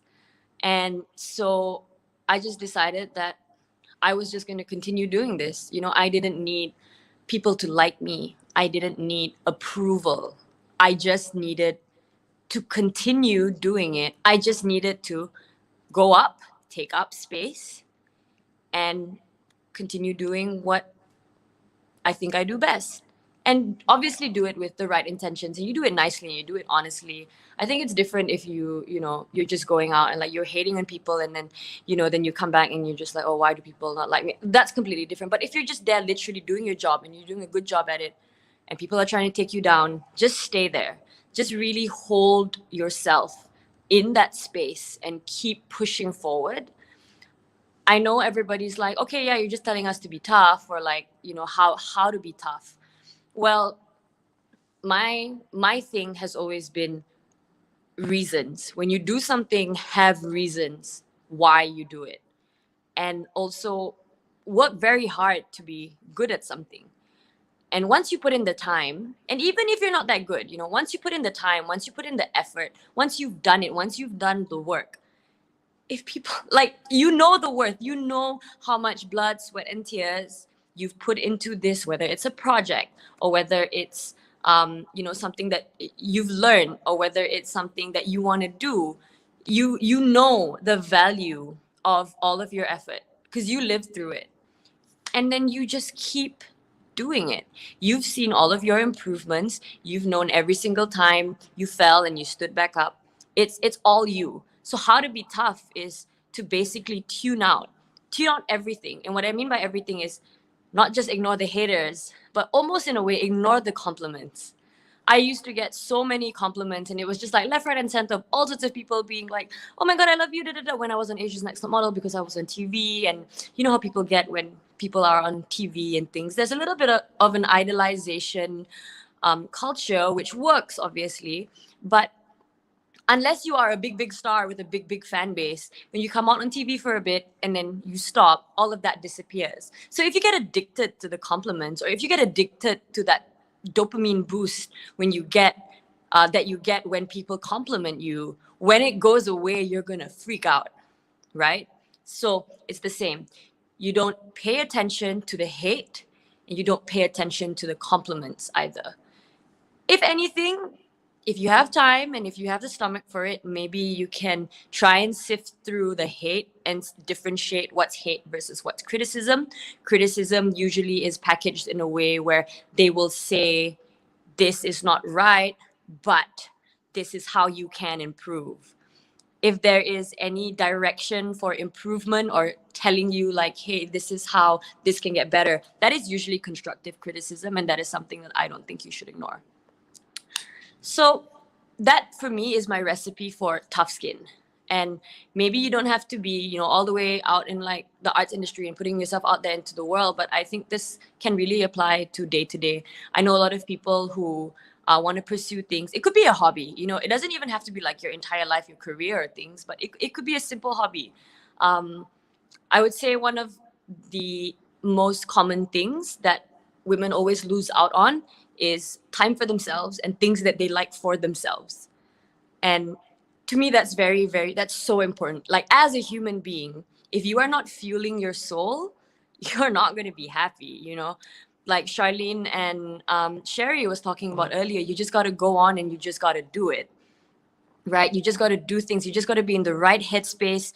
You got to be in the right frame of mind for the things that you need to do to work. And yes, taking care of your mental health, exercise, all of these things, but you need to feed your soul with something. And whether you've decided to kind of go out into a different industry and, you're afraid to deal with all of the pushback, or whether you just want to pick up a hobby that's maybe a bit eccentric, or you want to, do things, or you want to dress a certain way that you're worried that people may not be okay with or would have things to say about. You really then just put your mind and your just focus down into, okay, why do I want to do this? Because it makes me happy, right? Okay, if it makes me happy, let me get good at it. Let me get good at it for myself, right? If you get so good that you kind of prove people wrong, that's just a bonus. But if it was for yourself and it was for your own self-improvement, then you have absolutely nothing to lose. And I think that's what I did so far. My whole career modeling, and then now moving into acting. Obviously I was afraid. Obviously I was wondering whether, oh my God, are people just going to think that she's so stiff, she can't act, etc., etc., etc. But once upon a time I couldn't model. Once upon a time we couldn't speak. Once upon a time we couldn't walk. We are human beings able to absorb and learn, and it's just a matter of how much work you're willing to put into learning it. And whether or not, obviously for certain people don't have the privilege. I am aware of all of these things, and certain people are not in situations that allow certain things. Obviously you always think about your safety. I'm not saying go off and do eccentric things if you're in a conservative community where maybe like your ketua kampong might come and like report you to your parents, and they send you to sekolah pondok. If that is your case, please don't go and do anything like don't go and be wild. Like I said, it's all about your safety first, right? But when it's within your means and when it's within your reach, don't let other people stop you, because then the only thing that you're going to get from it is that you would be living your life based off of people who don't even matter. They don't pay your bills. They don't feed you. They don't stick around for your bad times. They don't hug you or cheer you up when you cry. Why do you live with these people? Who's going to be there? Yourself. And for me, that is always the most important. Taking care of yourself, having your own back. And this industry can be really lonely. But, for me, I've always had a support system. And it can be anything. Some people, their support is family, right? Some people, their support is friends. So if you are a young girl and you want to get into the arts industry, I would say now is the best time, because it is so much more forgiving than it was 10 years ago, and 10 years ago was so much more forgiving than it was 20 years ago. So I think that now, while it is forgiving and while there's so much diversity, and the fashion industry is accepting everyone from any kind of skin color to whether you are able-bodied or not, or whether you are plus size, or whether you're skinny, or whether you look like your face was chiseled by the gods, or whether you have softer features, whether you're Asian or you're European. Now there's almost space for everyone. Why? Because people came in, they fought for what they wanted, and they held space. So thank you. I love you too. And so when you enter this industry, the only problem now is that there are so many different kinds of people, right? So there's so much competition. And I would say, do your best. It's like any other industry. If you go in full-heartedly and you're willing to do the work, and you're willing to pave your way, you're willing to create your own narrative, and you're willing to stick to your guns and not sell out. Look, selling out is good if all you care about is money. I ain't going to judge nobody for that, right? But if you're going to continue paving this industry, changing it, growing it, and if that's what you feel like you want to do, then you have to really, really buckle up. And what I spoke about earlier, so having a support system, whether it's friends or family, whether it's one person or whether it's a group of people, this really, really matters. I'm not going to go and say like, oh, the industry is cutthroat and people are like, backstabby, because I think any industry has its politics, any of them at all. And so you just got to look out for yourself as you would, whether you're in school or whether, you're working in a office environment or whether you're working in a freelance environment. Just always be in tune with yourself. I really like what Sherry was saying earlier, that before she did work, she would cry if there's too much pressure. And that's the same thing for me. I've done that so many times. I've cried like crazy before I went to work, put a couple of like eye patches under my eye and just be like, I'm so sorry, I just woke up. Or, hold on till the end of your day, right? Do a fantastic job, just drain all of the energy out of you, and then go home, cry your heart out. It's okay to be vulnerable. You know, I know people used to slam women for oh, you're too emotional, you're too this. But the fact that we are emotional and are able to recognize, hey, I'm not feeling good right now, then we can do something about it.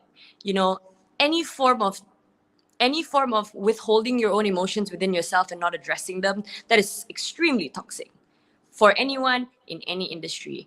And especially in my industry, there's no allowances for that. You cannot break down and not like rock up. So you have to be accountable for your own self and your own emotions, to the best of your ability. Because at the end of the day, if you can't come to work because you had an emotional breakdown, literally 30 or 40 people can't work that day because, you know, they're filming you or they're shooting you, and you've inconvenienced that many people. So how do you avoid that? It's not never feel your emotions. It's find time to do it when it doesn't bother other people. So I would say those are my two pieces of advice for young girls who want to enter this industry. Manage your emotions. And what I mean by manage is feel them and address them, not avoid them. And also find a very good support system. So yeah, I don't know how long I've been talking. Hi, Yes. Lisa. You've been... Hi. I've just kind of Hi, gone thank off you. on a tangent. I'm so sorry. No, don't be. That was honestly so inspiring and amazing. Thank you so much for sharing your stories.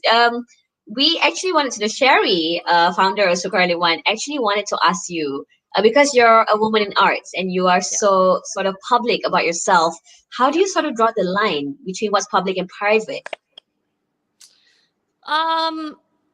So I have received a bit of like blowback for being a bit of an oversharer, especially, you know, when it came to like my marriage, and people were just like, oh my God, like this kind of stuff need to be in the bedroom. And I'm like, okay, well, we're not having sex on camera though. So what is your main concern?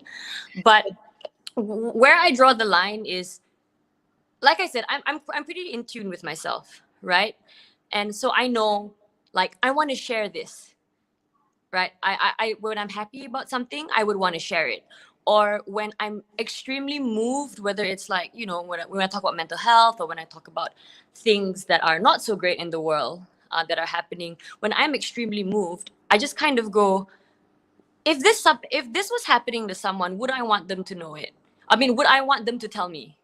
Right? Right. And obviously everyone has different levels of privacy, but because it's myself, and I go, maybe people will want to know this, because if this was happening to them, I would want to know. So it's really, there's no, I mean, I've gotten in trouble for it, sure, but then like there's no formula to it. I just kind of, in a way, treat the internet the way I would like to be treated.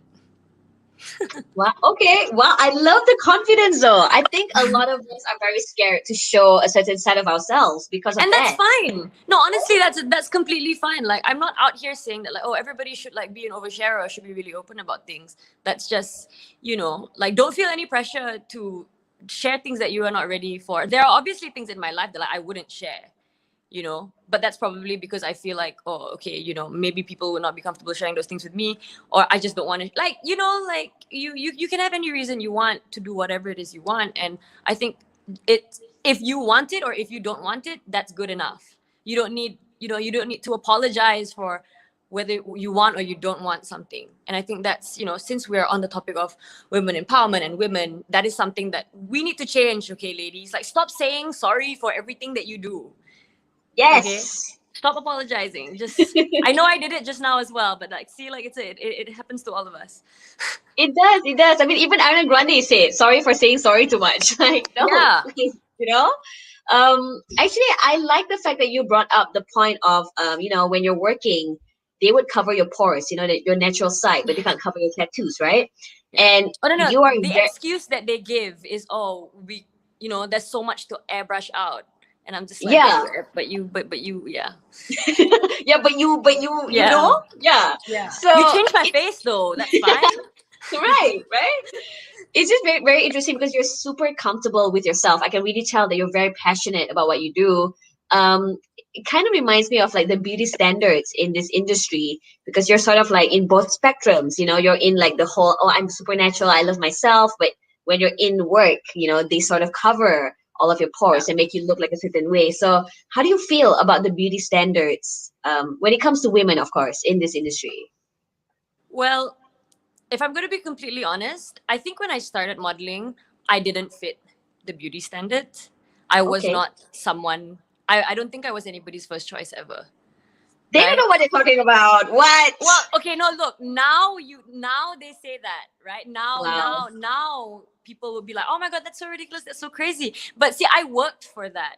I showed up in ways that maybe people who did fit the beauty standard couldn't show up. And then people at the end of the day, they go like, oh, we would rather someone who's easy to work with, someone who, can get the brief, someone who is professional, over someone who maybe looks the way we want them to, but then cannot work, right?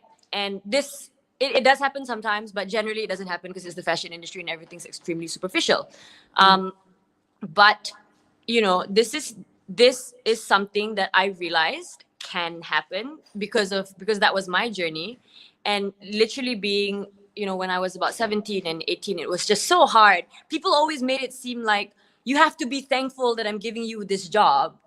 To now, people are like, oh my God, could you please? And it's a change, right? But I don't know whether that has anything to do with actual beauty standards. It's just kind of like, that's why I say media representation is so important.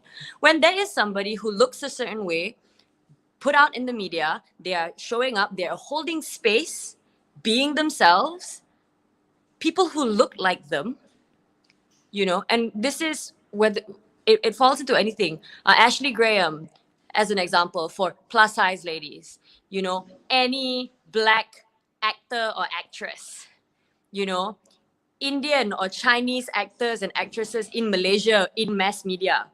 When you see more of these people, you are like, oh, they exist. And then you kind of pay a bit more attention to other people who kind of look like them. And it's really shitty, but that's just, but that is the reality of the fashion industry. I wouldn't go all the way for like acting, because obviously acting, you have to have a certain level of skill and etc. And I don't even know where I'm going to put myself there, because I'm still learning. But in fashion, it really is like that. If there are so many campaigns that are featuring like East Malaysians, suddenly everybody's like, yeah, we need to find an East Malaysian too, like, and that's why holding space is so important. And it's not about a beauty, like, sure, it is a beauty standard. They may go like, okay, we want East Malaysian, but if they look a bit like Mak Saleh a bit, maybe there are some people who still have that. I'm not gonna deny it. But once you hold space, once you are proud of your whatever, like your brown skin or your curly hair or or the rolls on your body or your flat chest or your flat ass or whatever, you just do things and you're not worried so much about what people think of those things about you. There are people who look like you who go, oh my God, we exist. I'm not the only one. And I think that's always been the greatest thing about media and what the media can do. But it's also so scary, because if you control this and if you really just not allow certain things to be shown, I could go on about censorship laws, but I'm not. That's like a different conversation altogether. But just to touch the surface, if you really control what can and cannot be shown, like, let's say my tattoos, for example, right? Because everyone's like, oh, tattoos are so bad. And okay, sure. According to religion, according to what? Okay, sure. But life's more than just that. That is so toxic to be like, oh, someone has a tattoo, they are a bad person. Yo, I will not argue with you if you're like, you made a bad decision in life. That is your right to think that this was a bad decision to me, but you do not get to say that I'm a terrible person, that I'm a bad person, right? That's literally like saying like, oh, you dyed your hair, you must be a failure in life. Yeah. Right? I mean, like, what the what is the correlation? Right? Like nothing, yo. Like, let me live. Yeah. And I'm pretty sure at one point in time you couldn't have dyed hair or colored hair in the workplace, Yes, right? yes, And you're it's right. crazy because, like, in Australia, for example, my friend, she's in the justice system. She's a Wow. social worker in the justice system with the police force, and she has like crazy piercings and her hair's like rainbow colored, because they're like, okay, how you look doesn't determine like how well of a job you're gonna do. And that's Yes. why representation is important. Yeah. That is, thank you so much, Alicia, for No worries. sharing that. Oh my gosh, I think you are so inspiring, honestly. Of course, last one for you before you go. Yeah. What is your one advice to anybody who wants to join the arts industry? Okay, so beyond the two pieces of advice that I gave about basically finding a support system and also, you know, being in tune with yourself and managing your emotions, is also, this is for me personally lah, this is how I feel. Like I said, if you want to jump in and you want to sell out and you want to make money because that's something that you want to do or something that you feel like you need to do, I would say there are ways to do it. You know, you have to know people, you have to do your dues, pay your dues, network, do all of those things. But if you want to come in and you want to feel like your soul is still full because you're doing it for the love and you're doing it for the art and you're doing it because you want to express yourself, your journey is going to be very, very different, right? If you're doing it because you want to hold your own space and you want to have your own identity, you are going to have to make really, really tough decisions. You know, you're going to have to make tough branding decisions. And there's always going to be this line and this balance between, like, okay, I need to do this job because of the money, but then what about my principles? Right. Right?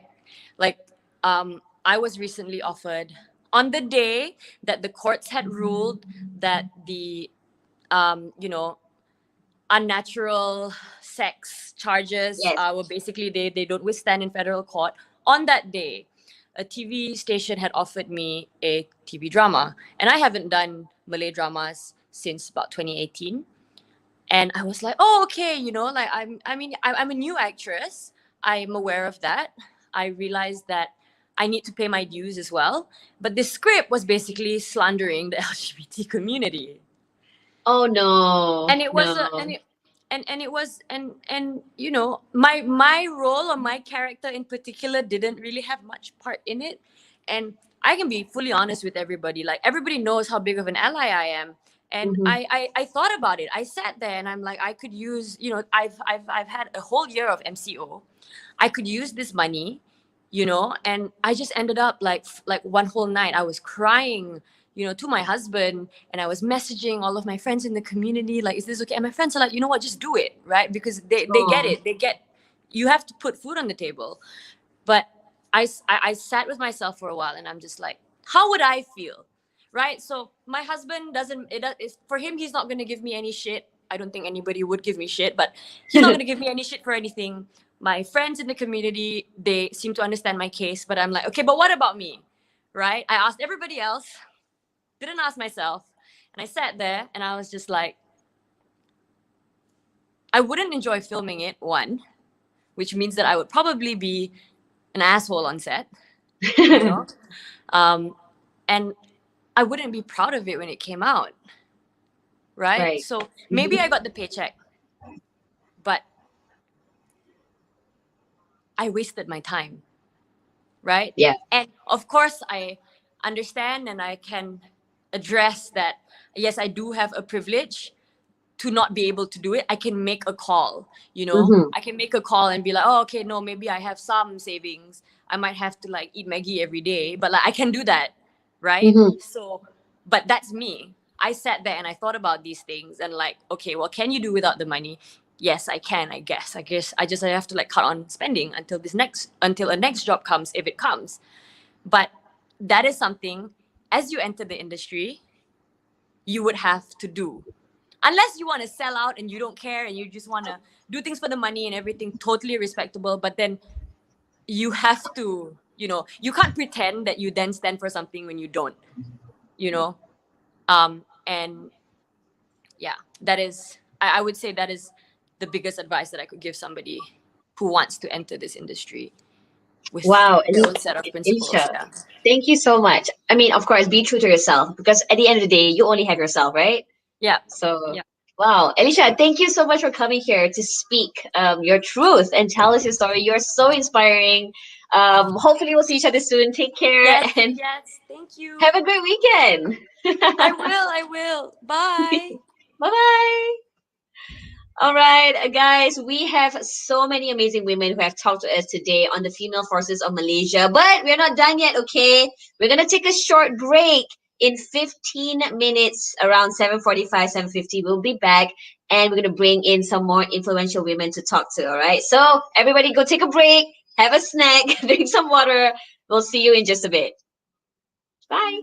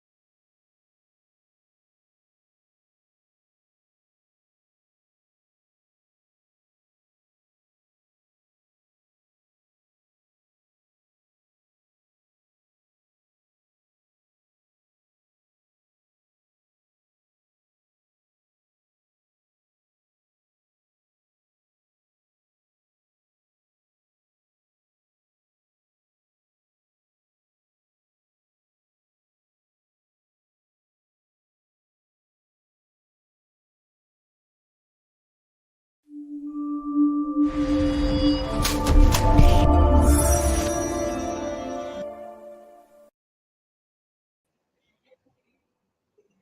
everyone, welcome back to the Female Forces of Malaysia Women's Day Talk. Okay, we are right now in the presence of empowering amazing women from all walks of life, from different industries, to share with us their journeys, to, of course, celebrate the power of women and young girls from everywhere, encouraging them to become creators. Okay, we've talked to so many amazing women just before this, and right now we are going to go back into another amazing women, by the way. Okay, women in education. All right, she is a Malaysian Rhodes Scholar, a co-founder of Muda, and an Oxford University postgraduate, guys. Okay, her name is Nurul Izzati Hasbullah, and she's gonna be talking to us the millennial student dilemma. Oh my gosh, I want to know about this. All right, balance, burnout, and getting back up. Hi, how are Hi. you?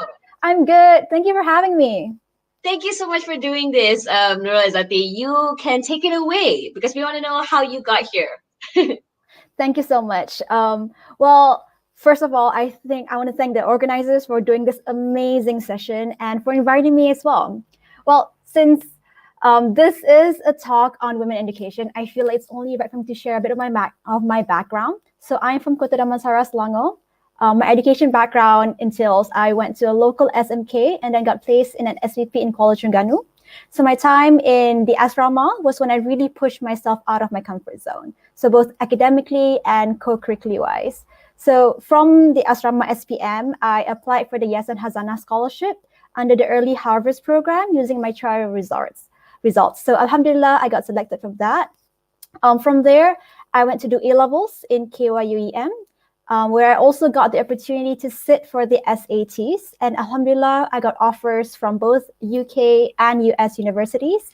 Ultimately, I decided to go to a university in America. It's called the University of Pennsylvania. It is one of the Ivy League universities on the East Coast in Philadelphia. So that is when I first found my passion and my voice in global health and activism and volunteering. So undergrad was also a time where, like I said, I did a lot of volunteering, of which I will be more than happy to share later. And I also had the opportunity to do a year abroad in London. So I got to experience both the UK and the US education system. Then during my final year in America, that is when I applied for the Rhodes Scholarship. So a bit of background on Rhodes, it is an international scholarship for postgraduate students specifically for Oxford University. And this is open to everyone in the world. So I did not know about this prior to Penn. I really found out about what it was when I was in university because they had a specific department in the university that really advised students to apply for these kind of fellowships. And I knew that based on my passions in public policy, a master's specifically in global health, which is the field I'm very passionate in, would be super relevant. And that is when I decided, which is 2 years before my actual application, that I was going to apply for the Rhodes Scholarship. Though having said that, I did not at all expect that I was going to get it. I can tell you that when I got the actual email back about my decision for the Rhodes Scholarship, I had to read it like almost 3 times to just be sure that I wasn't reading it wrong, and actually said, congratulations that you've been selected for the Rhodes Scholarship. So that was very exciting for me. I remember I was crying. I just did like sujud at my little room in UPenn, and I couldn't call any of my parents because it was still very early in the morning in Malaysia. So that was a very exciting time for me. And Alhamdulillah, that got me here, where I'm calling you from my room in Oxford. I am in St. Hilda's College, and I'm now doing a master's in international health and tropical medicine. And next year, I'll be doing a second master's. So fingers crossed, I hear back from that program. Because a bit of background as well, Rhodes funds students for 2 years of postgraduate studies in Oxford. So through it all, right, I've told you my whole education history. So very briefly, I would be remiss if I don't recognize my privilege that got me here. It wasn't as if it was by sheer grit alone that I managed to achieve all of that I did, right? For sure, there are many, many, many other young, talented women, men, everyone from all walks of life who I believe could be having more deserving of the opportunities that I had than myself, who had the capacity and potential, if only they had the opportunities that I have had. And really this idea of unmet potential and social inequalities that really is the driving force in the work that I do today and in my studies and all my passions and careers moving forward. So that is something that I really want to put out there, like to understand that I recognize this as a privilege, and understanding that privilege is what is the force that guides me through what I want to do in the future as well. So going back to my education journey, though the story oftentimes sounds perfect, right? And you often see my stories maybe in newspapers or when I do interviews like this, and you think like it was as if I planned it all out. Like everything went smoothly. Like I planned A, B, C, D, and it all happened the way it was supposed to be. In reality, it was far, far from it. What people don't know about the story was, for instance, like I got rejected from multiple things. I got rejected from several unis I applied to in America. I only got 2 of the 5 I applied for. In fact, I got rejected from the courses that I initially applied for in Oxford after I got Rhodes. And that's not something I openly share because like people don't normally ask. And people just assume that things just go smoothly, but that was not the case. I got rejected from jobs before and internships, but I believe that God has his ways in putting you in the place where you're supposed to be. But understanding that when you hear a lot of these stories of people who have achieved things, behind the scenes, there are a lot of rejections and failures that they have faced. And the times that they do succeed, you only see those bits, right? You don't see the behind the scenes. And what also people don't see is the amount of hours and just preparation that was put into planning and preparing for all the things that they later on to achieve. Like for myself, there is this conception that people are born gifted, when in reality, that is far from it. If that is true, that there are people out there who are born gifted, I am definitely not one of it. I put in so much effort and hard work in being able to achieve the things that I do. I studied hard in school for SPM. I would get up at 5 a.m. when I was in asrama to just study. Even when I was applying for the Rhodes Scholarship that I finally got right now, I actually prepared for it 2 years in advance. I spoke to the advisor at Penn, asking them, what can I do? What should I prepare for? And that was 2 years before I even submitted my Rhodes application. So success, I think people need to understand that success just doesn't happen overnight. It requires a lot of hard work and oftentimes sacrifice. There's going to be some setbacks, and it's all part and parcel towards putting you on a journey to where you want to be. But, so that's all a doom and gloom. On the flip side of that, what it really means is that we all have the capacity to achieve great things, right? There's no innate trait in someone that predisposes our capabilities, the kind of potential and our abilities that we can achieve in the future. There is none of that. Maybe talent does play a part. People often ask me specifically, like, oh, how do you do it? Or you're such a natural talent. And whenever I hear that, I get a sort of weird dissonance in myself because I personally don't identify as someone who's naturally gifted. Though I must recognize that talent must play some role in being able to do the things that you want to do. But I really think the bigger driving force and the bigger factor behind all the things that you want to achieve, and personally for myself as well, is ambition. And it's really determination. And I think those 2 factors can really be the it factor that pushes people to achieve the things that they want to achieve and really push them through doing the things that they see other people do and they want to apply for themselves.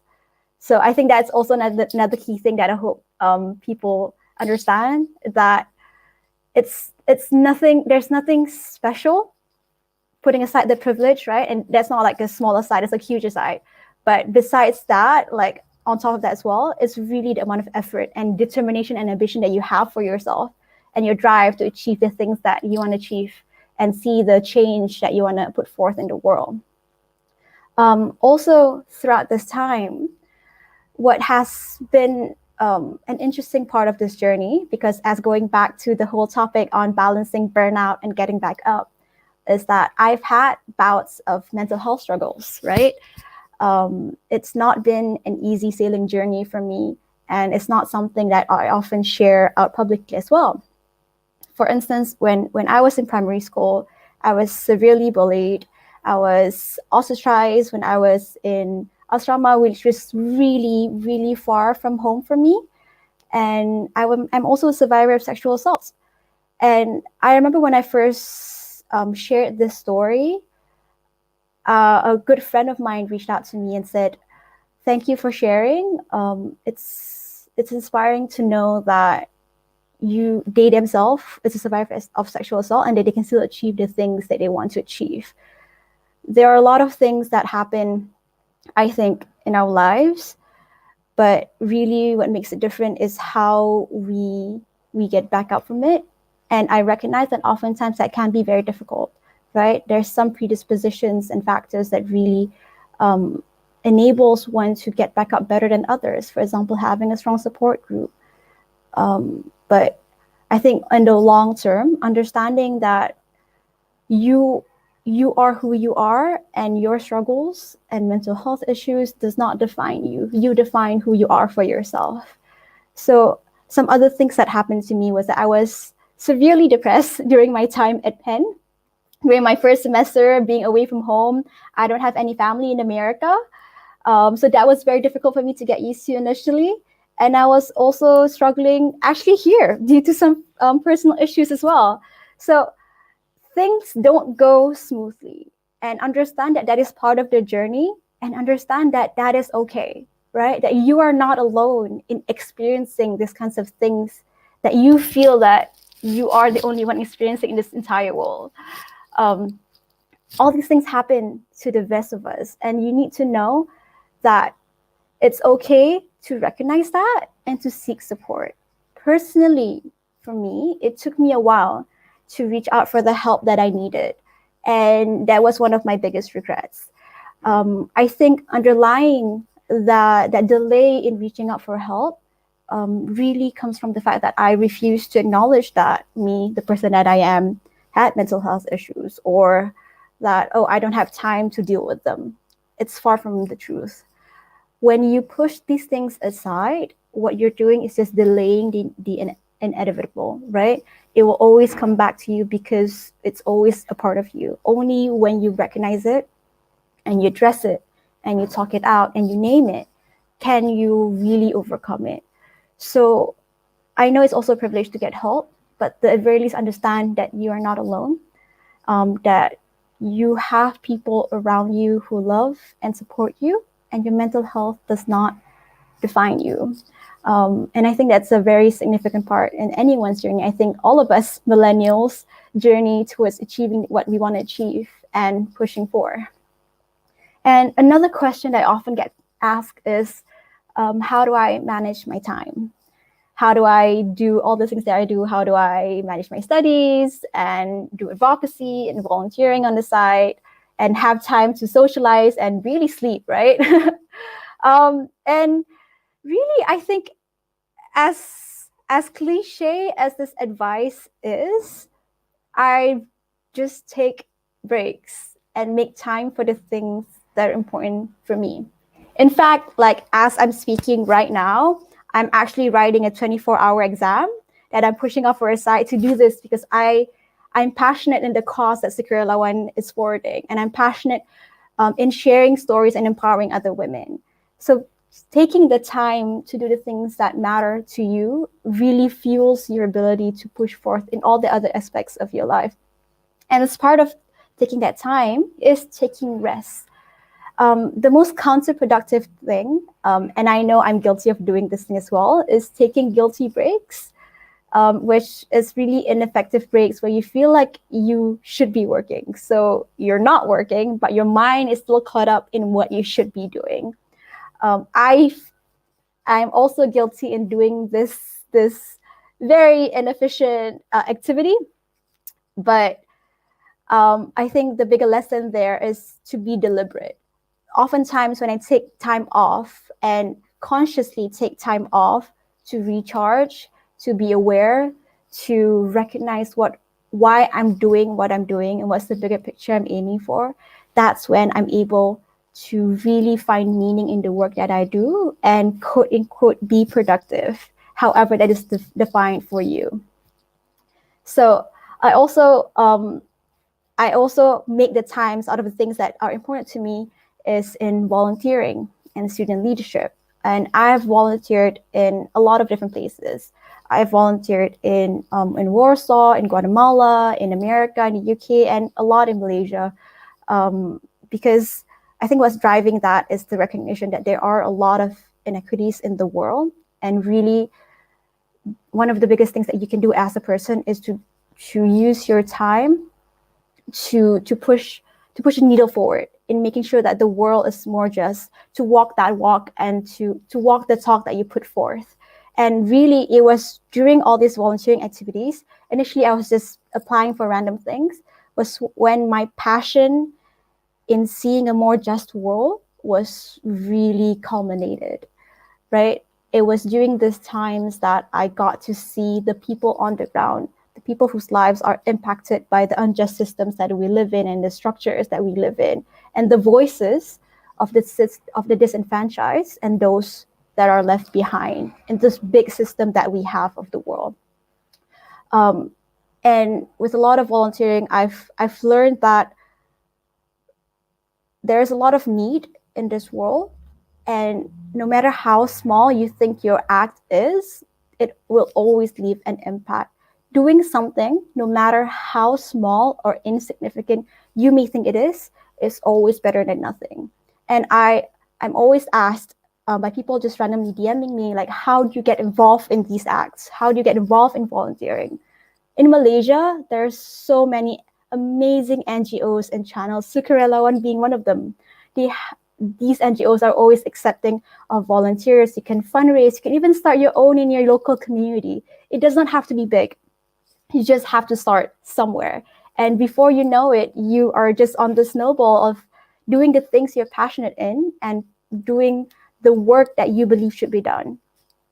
And understanding, I think, pivoting to a different topic slightly, me seeing all these inequalities and unjust structures in Malaysia was what put me and pushed me to co-found Muda.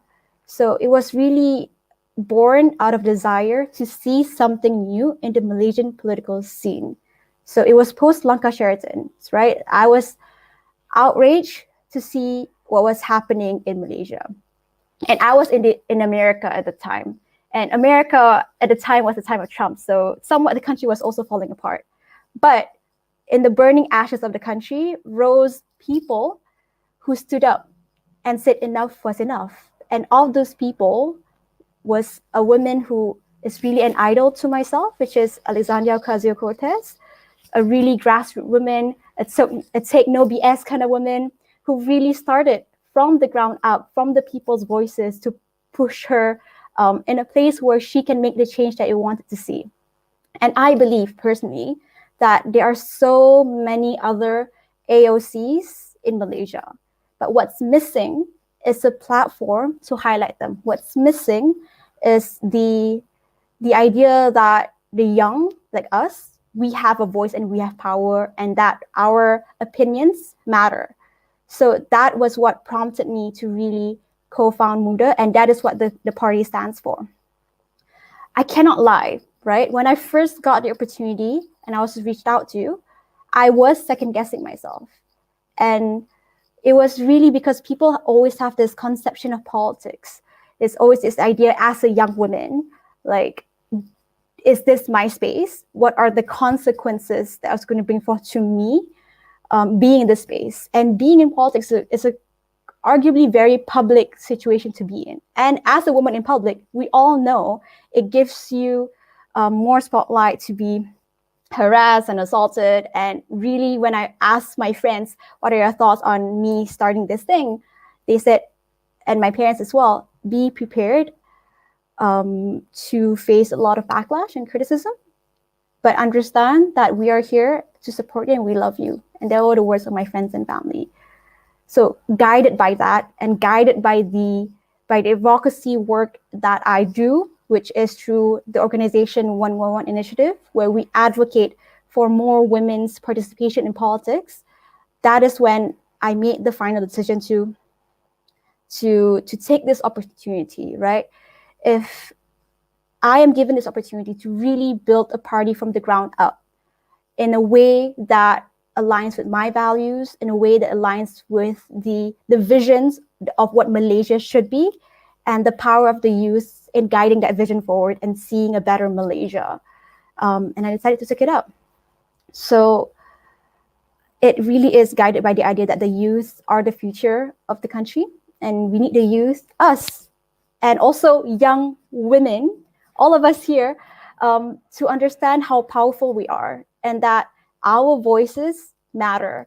And this is how we create a generation of young leaders who will go off to lead the country in many fields. Because I do honestly believe that our time is now. I feel like that is the end of my spiel. I'll be more than happy to take any questions. Thank you so much, Nurul Izati. That was amazing. Oh my gosh, your story is just so inspiring, and also so I felt really emotional hearing your story as well. Yes, let's go to some questions. You're absolutely right. Amelia actually wants to know, how were your results when you were younger? What to do for anybody to get into Oxford? Yeah. My results when I was younger, I think for my younger SPM, PMR, UPSR, all the things. Yeah. Well, for I think what's more important is like the results itself for me. SPM, I got straight A's, but not straight A plus. But answering the second question, what to do to get into Oxford is really to start planning ahead. Like I mentioned before, I did not just go into roads applying on day itself. I planned for it 2 years ahead of time. If your goal is to get into Oxford, know what programs that you want, what grades that they need, what other curricular things that they need, and put yourself in a position to best get those things for yourself. So I think that's my biggest advice. Plan ahead, know what you're getting yourself into, and just push through determination, because really there is no Oxford DNA, right? Anyone can get into Oxford. You just have to prepare. Wow. Okay. I feel like I want to get into Oxford now after you say that. Okay. Kaisara actually wants to know, how do you recover from depressive state during your time in America and perform your best? Because yeah, you actually shared your story that you were going through depression and things like that. So maybe that'll be a nice thing to share as well. So how I get out of my depressive state. Yeah, I remember my first few months in America was quite hard because it was an experience of loneliness that I've never experienced before. I've never been to America unless when I was 6 to go to Disneyland. So I remember this one time where I was sitting with a group of other freshman people, and they were playing this game called Cards Against Humanity, if you know what that is. Oh yeah. Yeah. It's a very funny game, right? It's a hilarious game. But that game is also very culturally context specific. And I remember sitting there and thinking, I understand English and I read these cards, but I don't understand why they're funny. Why are they laughing? Right? So it's a different sense of loneliness where you don't feel like you're part of the society that you're currently living in. So how I get myself out of it was really I pushed myself. I do not recommend this method, honestly. Oh. Yeah, I just pushed through. I did not deal with it, which I do not recommend to anyone. Okay. I personally recommend reaching out and seeking help. Like oftentimes there's mental health services, counseling services, talking to your friends about it, talking to people around you about it. And honestly, I think that's a way healthy way to do it, because what ended up happening was it took me longer than it needed to be better and to find my community. So my advice to you to push you out of a depressive state: seek help. Find a mental health counselor. Find a psychiatrist in your organization or universities. And really, that I think would be tremendous in speeding up your transition out of that depressive state. Wow. I feel like mental health, especially in Malaysia, is sort of still like, in the talks, we're still trying to talk about it, but we're not really. So I think it's true. I think a lot of us, we don't actually find help because we're actually afraid to do it. But yeah, I think you're right. I think we should just be comfortable enough to do it for ourselves, right? Yeah. Yeah. Oh, thanks, Rose. I think, okay, we got to keep going though with more questions. Go ahead. Have you ever felt left behind in your studies? Nurul Ain Haram wants to know, how do you handle that? Can I just say now, like right now, I feel left behind my studies. Like I'm currently, Oh, I have right now 2 4,000 word papers due for my exam in the end of 3 weeks, and I found out that one of my friends have already written fully one of them. oh no. So that is never a good feeling. You're just like, oh crap, maybe I should have started earlier. But how I deal with it is doing the work, is understanding that the only way for me to feel better from this point forward is for me to sit down, open a book, open my laptop, and just start writing. And as cut and dry as that advice is, honestly, that's the way forward. And if it's possible, ask your friends for help. Like sometimes it's hard to study alone. Like for the past few days, I've been going to libraries with my friends, and that's been really helpful. Oh, okay. Oh, wow. Like for me, I need to study alone because I get so distracted. Like I just want to hang out with my friends. That's also a thing. Just do what's best for you. That's true. That's true. Okay. Alicia wants to know your study routine. So of course you write things down. Is there Yes. anything else that you do? Do you sleep early? Do you eat well? Yeah, well, I have a bullet journal, so I write down everything that I need to do in the day. I sleep by 12. I wake up at 6:30, pray. If I feel like sleeping in again, I do sometimes. So oftentimes I'm always up just to get started. I do my work from morning till lunchtime, have a break, and then a bit till 4, and I work out with some of my friends, and I just work again at night. But oftentimes, like all of my stories, I've mentioned this now, it's not as like straightforward as that, right? Sometimes I have off days. Sometimes I have a day where it's just, I don't feel like it. I just watch Netflix all day, and that's completely normal. Just understand that you're not a robot, right? And you need your breaks. So listen to your body, because your body knows you best. That is true. That is true. Wow. Thank you so much. I'm taking advice too. I'm taking notes. We've got one from Alicia. How do you stay productive during this pandemic? Because I think a lot of us are going through that right now. Yeah. Staying productive during this pandemic is definitely hard. And again, context-wise, I had to graduate from Penn, my final year at America in Malaysia, like during lockdown in Malaysia, and now I have to study for my master's during lockdown in the UK. And honestly, the one thing that has helped me is scheduling my time and being realistic in scheduling my time. I think people tend to underestimate like laptop burnout. You get much more tired easily if you're always looking at your laptop at the same space compared to like if you're going to a library or a cafe or meeting with your friends. So being realistic about yourself so you don't ultimately ending up disappointing yourself because you're not able to meet this insane schedule that you set up. So I think being kind to your own time and your own body is really the way forward. And sometimes you need to push yourself, and that's okay. But don't expect for yourself to be able to do that 24/7. That's true, man. We all need to recharge. We're like our phones, We need the charger. We need to sleep. You're right. I agree. The whole idea of productivity 24/7, I feel like it's really a capitalist notion. We just need to calm down sometimes. Wow. Okay. Coming from you, that makes us feel better.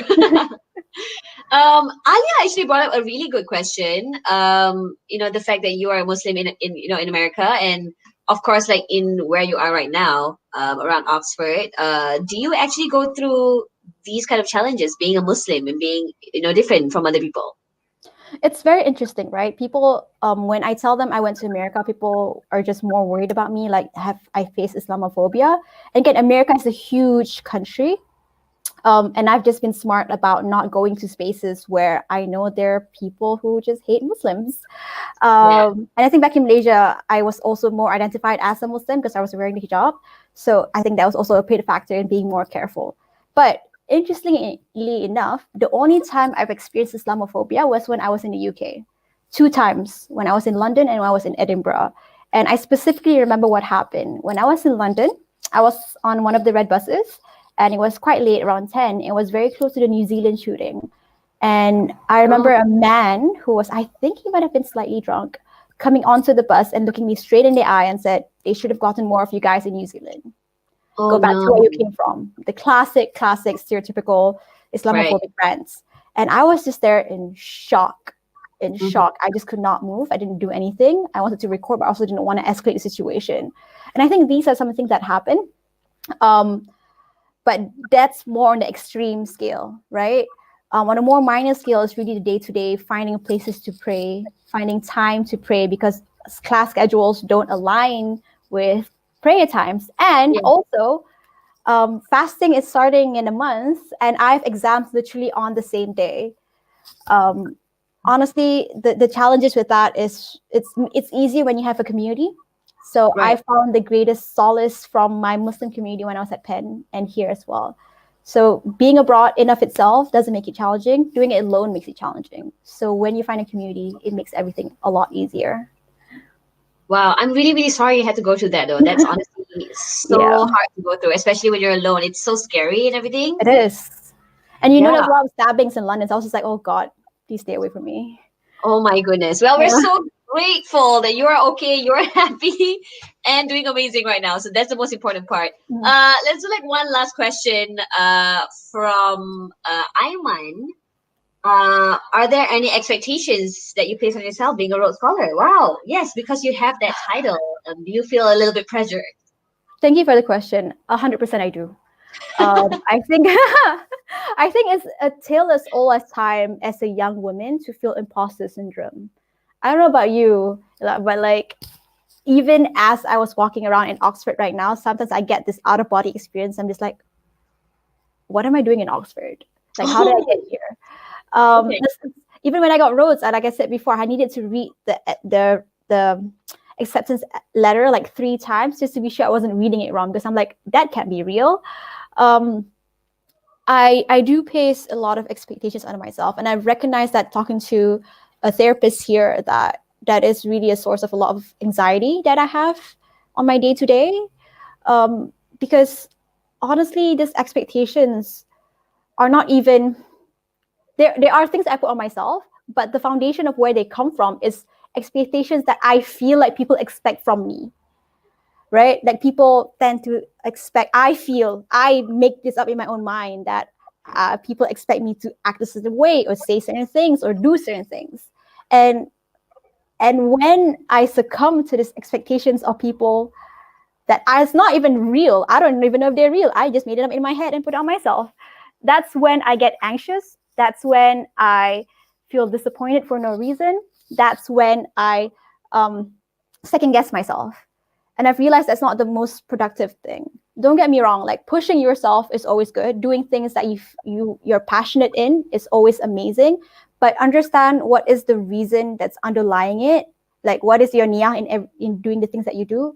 I think it's a big difference. And once you're able to dissect what is it that you want to do for yourself and what is it you're doing because you think people want you to do, that's when you can really free yourself from really the world, especially in this social media age where everything is online and you're at the constant beck and call of people's opinions.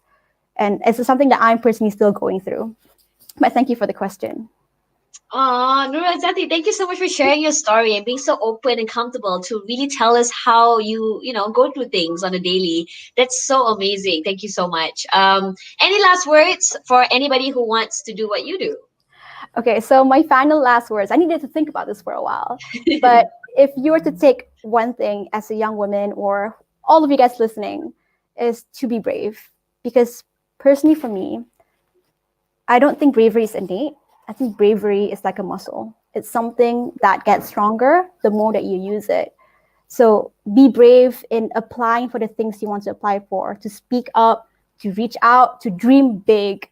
Because I can't promise you that you always succeed in everything that you do out there. But I can promise you that in being brave, you won't regret it. Because it will put you to places that it's going to be better off than had you not put yourself out there. And one of my favorite quotes by Gloria Steinem, like a feminist icon, is being brave is not being unafraid, right? It's feeling that fear and doing it anyway. So when you feel fear, try using it as a signal that something really, really important is about to happen. So yeah, everyone out there, be brave. Oh my gosh, Nura Zati, thank you so much for that. That is so inspiring and amazing. Thank you so much for taking your time to do this. Hopefully, we'll get to see you in Malaysia soon. For now, stay safe and take Thank care. you. Yeah, Thank bye you. bye. Bye. Oh my gosh, guys. I know Zati's story was so inspiring. I don't know about you, but I'm feeling super awesome right now, okay? Tomorrow's going to be a new day for a lot of us, all right? Now, we are almost done with today's event. Thank you so much again, SKRLWN Society, for doing this. The last very influential woman to talk for today's event will be the woman in politics, all right? She is a member of Parliament for Petaling Jaya, and she will be talking about a woman's journey in politics, finding power in a male-dominated field. And her name is Maria Chin. Hey, Maria. Hello. Hi, Thank you. Maria. I'm good. How are you? How are you? Good. Yeah. Thank you for inviting me. Thank you for doing this for us. Of course, Maria, you can take it away and tell us how you got to where you are today. Yeah. That's a long question. I think what is important is really I made a decision to actually join the political arena because of my experience since I was involved as a women activist, and then after that joined Bersih. And in Bersih, I think that we have tried everything that we can to try to build a better Malaysia. But we thought that, perhaps if we put in a few candidates from the civil society, we may be able to get our agenda being debated in Parliament. So that's how I went in to politics and somehow rather we won the election and became the government for 22 months. But it actually gave me a very broad insight into what politics means. Because coming from NGO background, it has always been you can run an NGO without touching very much.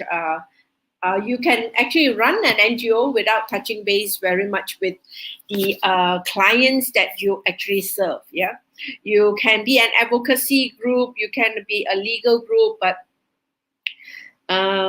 most of the time it is very challenging to actually interact with the communities. But when you are actually a member of Parliament, you have no choice.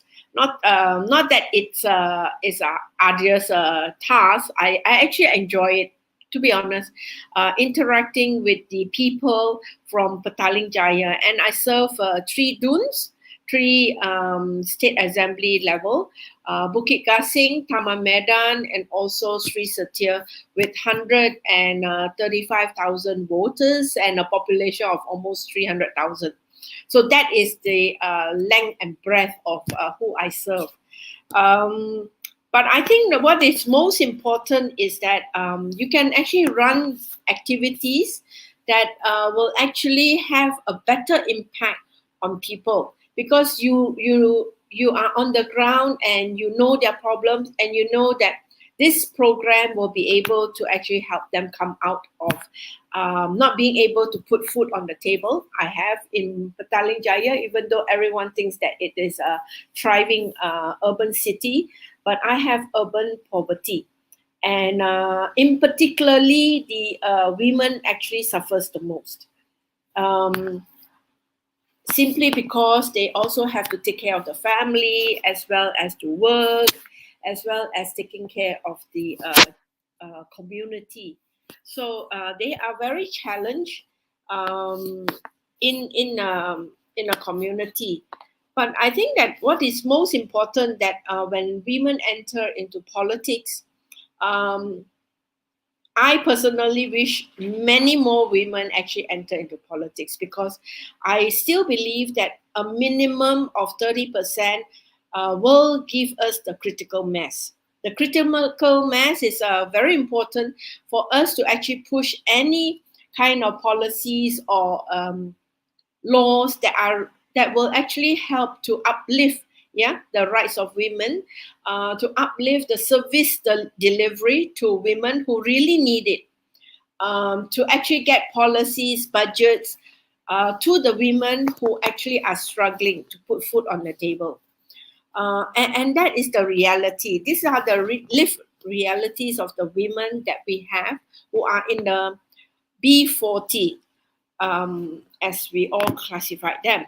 But so therefore, we need more women in parliament to really speak up. So if you look at the statistics that we have in Malaysia, where women in politics, in the parliament, we only have 33 women from both sides, the opposition as well as the government. And that only makes up like 14.4% of women out of 222 members of parliament. It is an increase because we stagnated for like 3 decades, at 9 to 10%. But yet it is still not enough. If we want to compare it with other countries, we have actually dropped down. Out of a survey that happened early this year, Malaysia actually ranked like 145th place out of the 192 countries surveyed by the Inter-Parliamentary Union. And that is a very low percentage, a very low ranking, which means that 1 in 7 is a woman. So, as compared to men. And if you look at the cabinet, ministers, we only have 5 women ministers, and deputy is only 4 deputies. And that one is something that we really need to work on. I have been involved in promoting women in political participation together with many women NGOs. We even form a coalition called Joint Action Group for Gender Equality to really push for more women to voice out and to be part of the decision-making processes. So therefore, generally at the parliament, we are not doing well. At the state level, we are doing even worse. As of October last year, only 68 are women out of 600 assembly persons. So we haven't really advanced very much, and that only makes up like 11.3%. So in other countries, they have excelled so well. So is it because we don't have enough women who are talented or oriented towards the political arena? Or is it because of a patriarchal culture that still exists that actually form barriers for women entering into politics? Or is it that, the slow pace in which male actually take up their retirement? And I feel that, these are the challenges. These are the challenges. We do have women.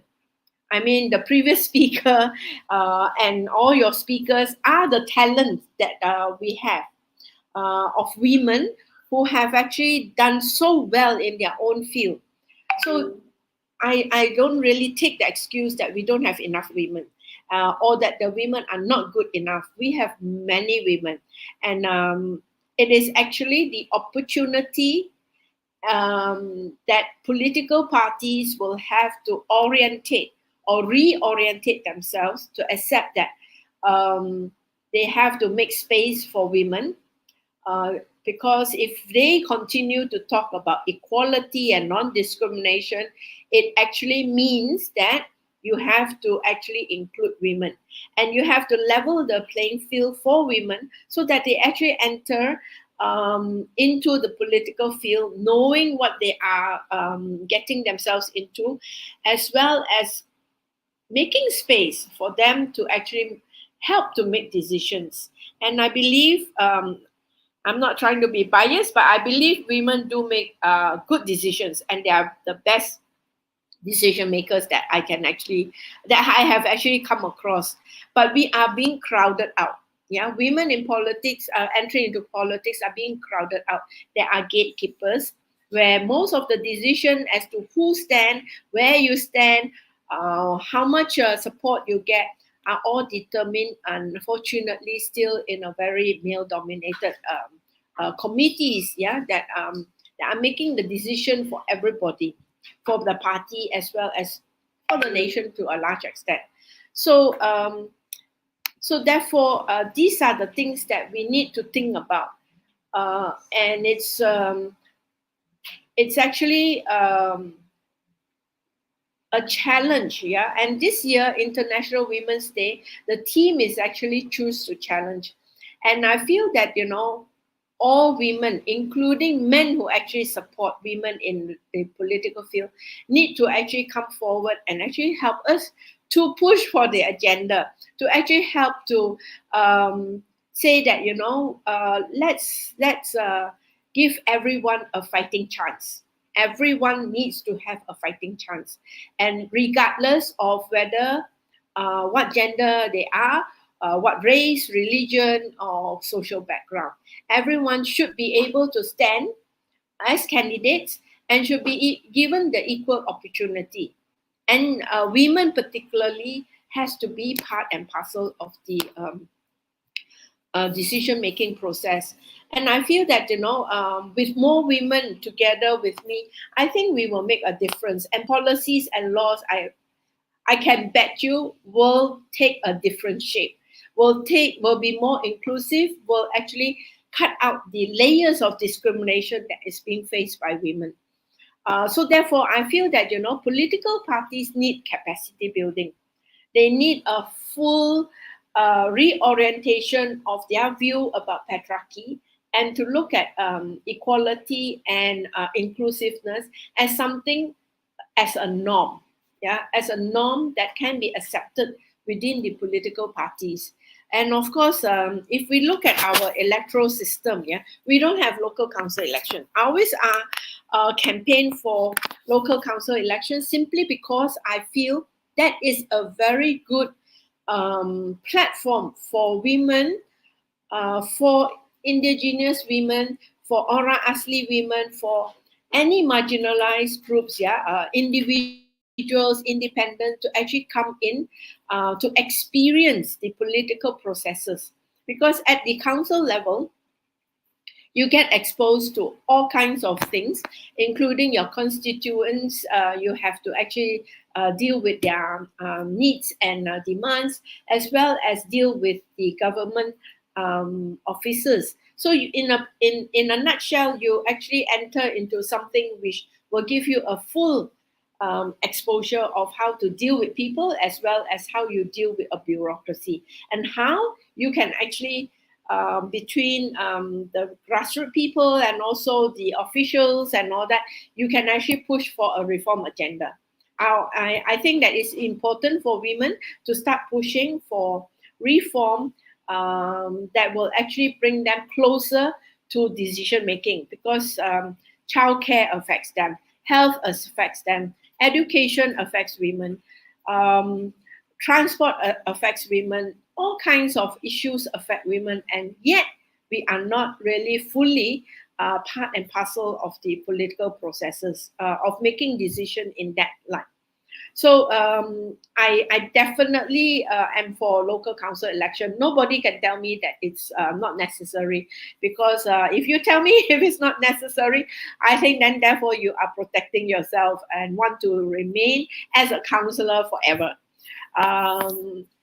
And the other thing is that nobody can actually tell me that we don't have women, and we can't have quotas for women because it should be based on merit. I'm not saying that we can take in anything Tom, Dick, and Harry, into the political arena and make them into candidates and get them voted. We want quality women, and I believe we have quality women. We have enough quality women to stand for election, but there are barriers. Yeah, and these barriers needs to be removed slowly. And these barriers are not just about laws and policy. It is about a thinking. It is about an ingrained thinking that women are of a lesser ability, lesser capabilities, and that's why we need a quota to level the playing field, and it will not be a permanent quota but a temporary one. So once we achieve 50%, to be honest, that's my goal, 50% of women in parliament, if not more. Other countries have actually reached 60-70%. Based on their capabilities, I think we have to actually start thinking and talking and bringing the narrative of why quota is important if we want more women in parliament. And I think that the other challenges is really the support that women need to get from the family. A lot of women, whether you are in the opposition or whether you are in government, women actually share with me that they face a lot of issue trying to be part of the political party. They can't really attend meetings when it starts at 8 o'clock because they still have to make sure that the whole household is in order. Children are sent to bed, babies are fed, the dinner is served, and everything is cleaned up before they can join any meetings. So having meetings, political parties having meetings at 8 o'clock actually in many ways do exclude women because the women can only join them maybe 9:30 after they finish their housework.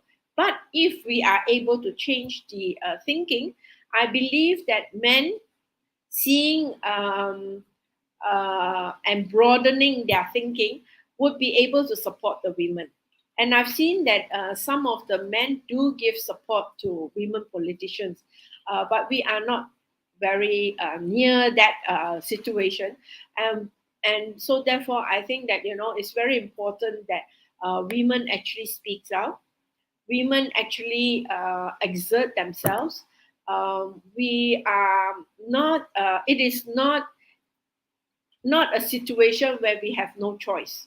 Yeah, we can still be part of a family, but at the same time, in a family setup, we have to start making paradigm shifts where you have to see a family as shared responsibility.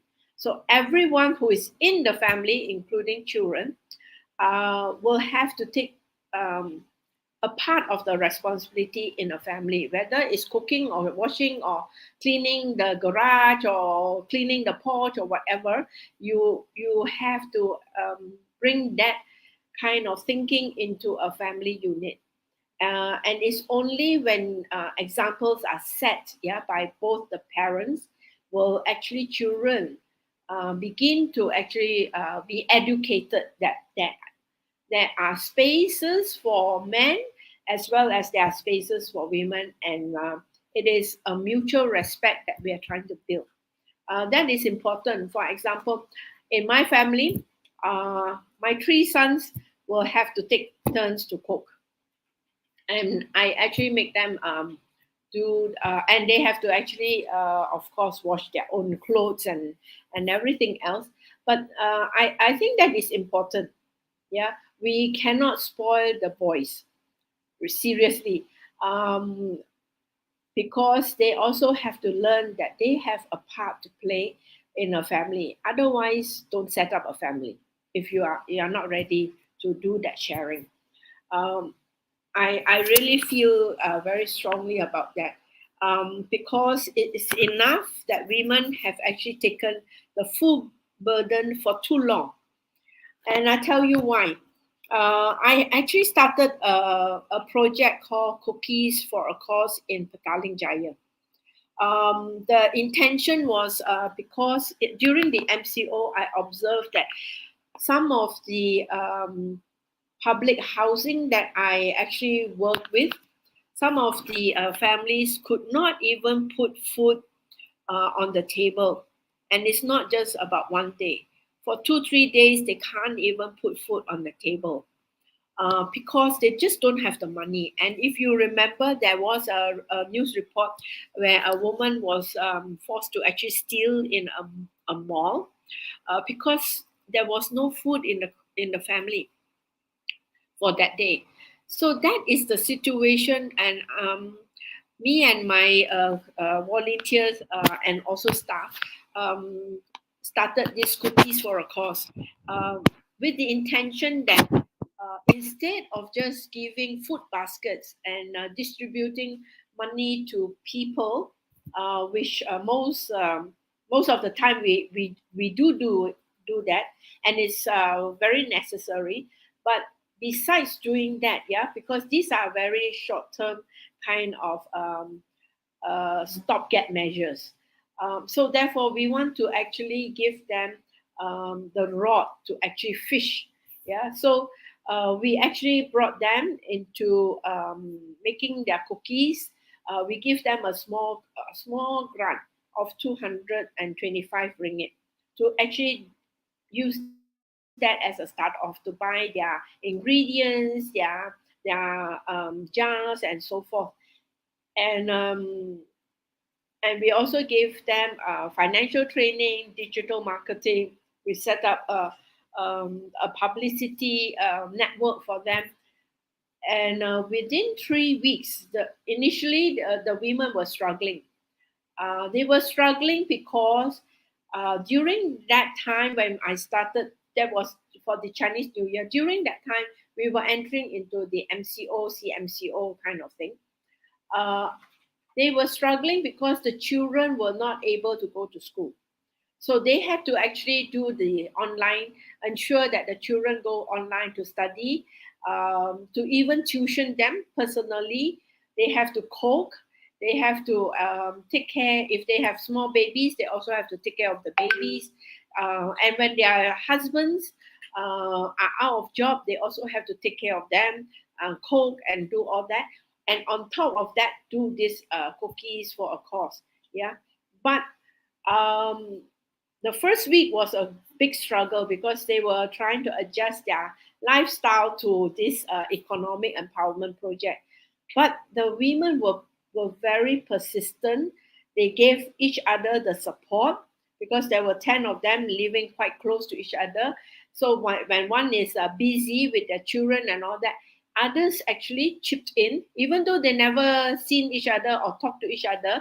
They may be staying in the same place, but in an urban setting, sometimes we are very remote. Yeah, we are very isolated from our neighbors. But we got them all together, and somehow or other, without even knowing each other, they know that they have to support each other in order that this project actually succeed.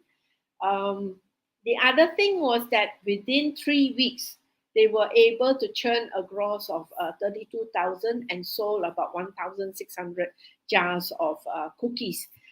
And that was amazing because we saw them growing through the process.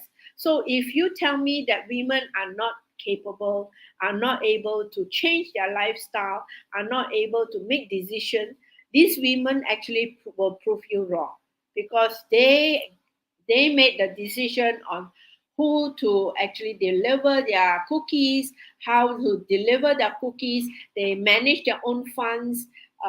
They actually paid people if they can't cope with the packing. They made all those decisions, and we gave them the leeway and we encouraged them to make the decision because no point us making the decision for them because eventually they will not be able to learn. But within 3 weeks, the women just did so excellently that we were very, very proud of them. And now we are actually expanding to another second phase where we are including 14 more women. So there will be 28 of varieties of cookies to choose from, and 28 women will be actually getting involved in the project. And that is how if political parties were to look at this project and bring that same spirit of empowering women before they become calon, before they become candidates, I think that the women candidates will excel.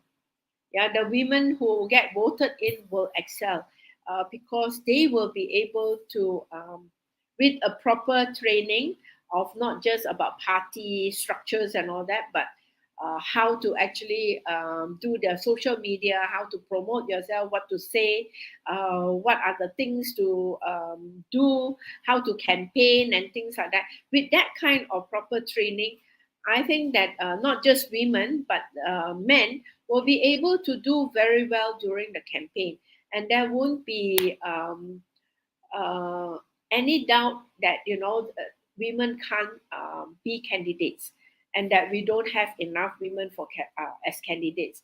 I think we have to. This is the time now. I think not just young women, but any women who wants to stand as a chalun. I truly encourage them to do so, and that it is important that you actually try. The process may be very daunting, but as long as you try, you will never know whether you can do it or not. Of course, in the process of it, some of the NGOs, together with the women's groups, are also proposing another new alternative, that if, say, for example, we don't have local council elections now, why don't we do it differently to include women? And this is where we have this whole concept of uh, what we call top up women only additional seats, which means which is actually being practiced in Penang last year. The Chief Minister Chow Kun Yao actually announced it in December 2020.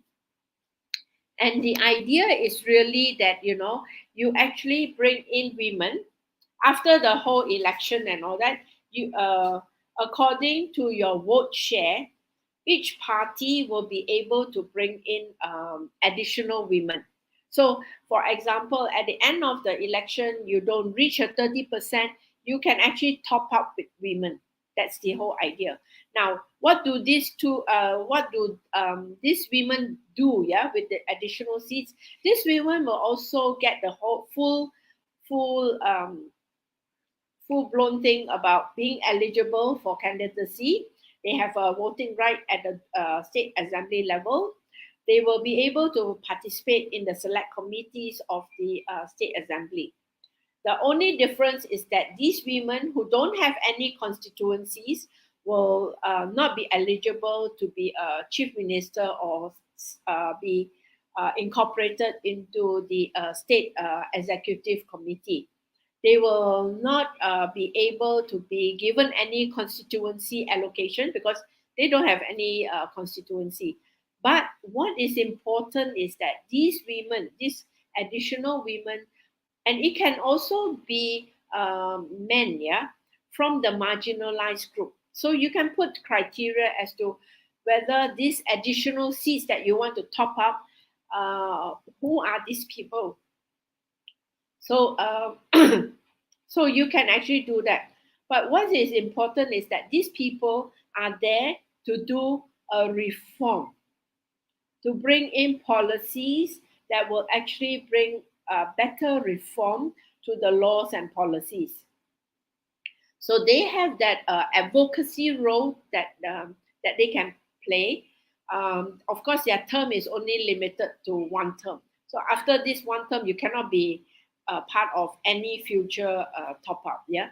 So I think that this the idea of this additional top up is really to also give the space for women or marginalized groups, yeah, to participate in the state level decision making process and understand it, so that after one term you can decide whether you want to stand for election or not. So that is the opportunity. That is also another way of building women and marginalized groups capacity. Now, if you look at Malaysia, at the Malaysian parliamentary level, for a very long time, we don't have the Orang Asli from Semenanjung standing in as even state assembly or at a parliament level.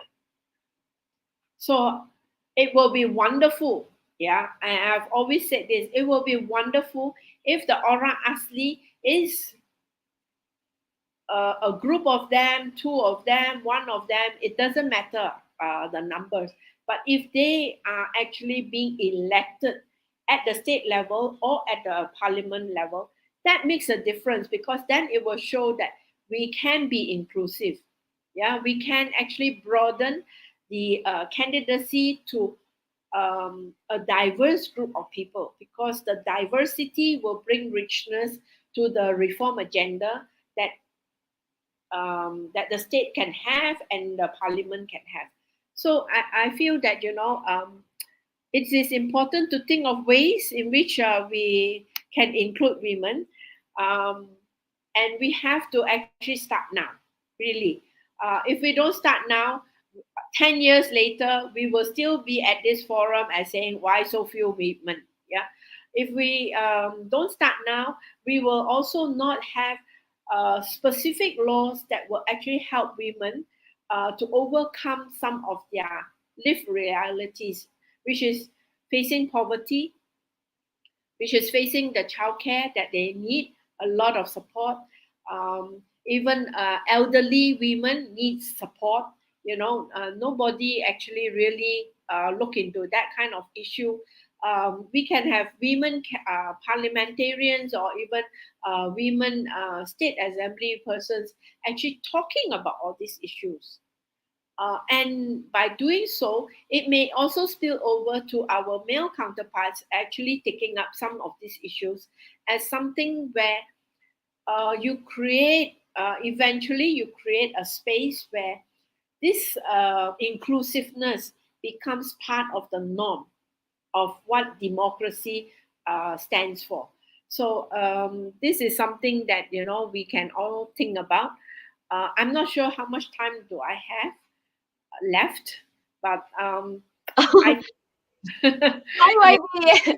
Thank you so much for sharing all your stories. No, actually, we just wanted to, before you go, we wanted to know, what is that one piece of advice you should give to women who want to go into politics just like yourself? I think that actually just do it. Just go in and do it, try it out. I mean, I didn't know what I was in for either, but I felt that as long as I'm clear that I want to bring in some reform for women, as well as the electoral process, as well as some of the human rights issue, you just need to be very clear that these are the things you want to do, and you just go in. And I was lucky because I really had a huge support from the volunteers, and till now they are most of them are also with me now. Oh, YB, thank you so much for being here today and sharing your stories with us. It really, really means a lot to us. Thank you. Thank you. Thank you. Have a great weekend. Yeah, thank you very much. Bye. Bye-bye.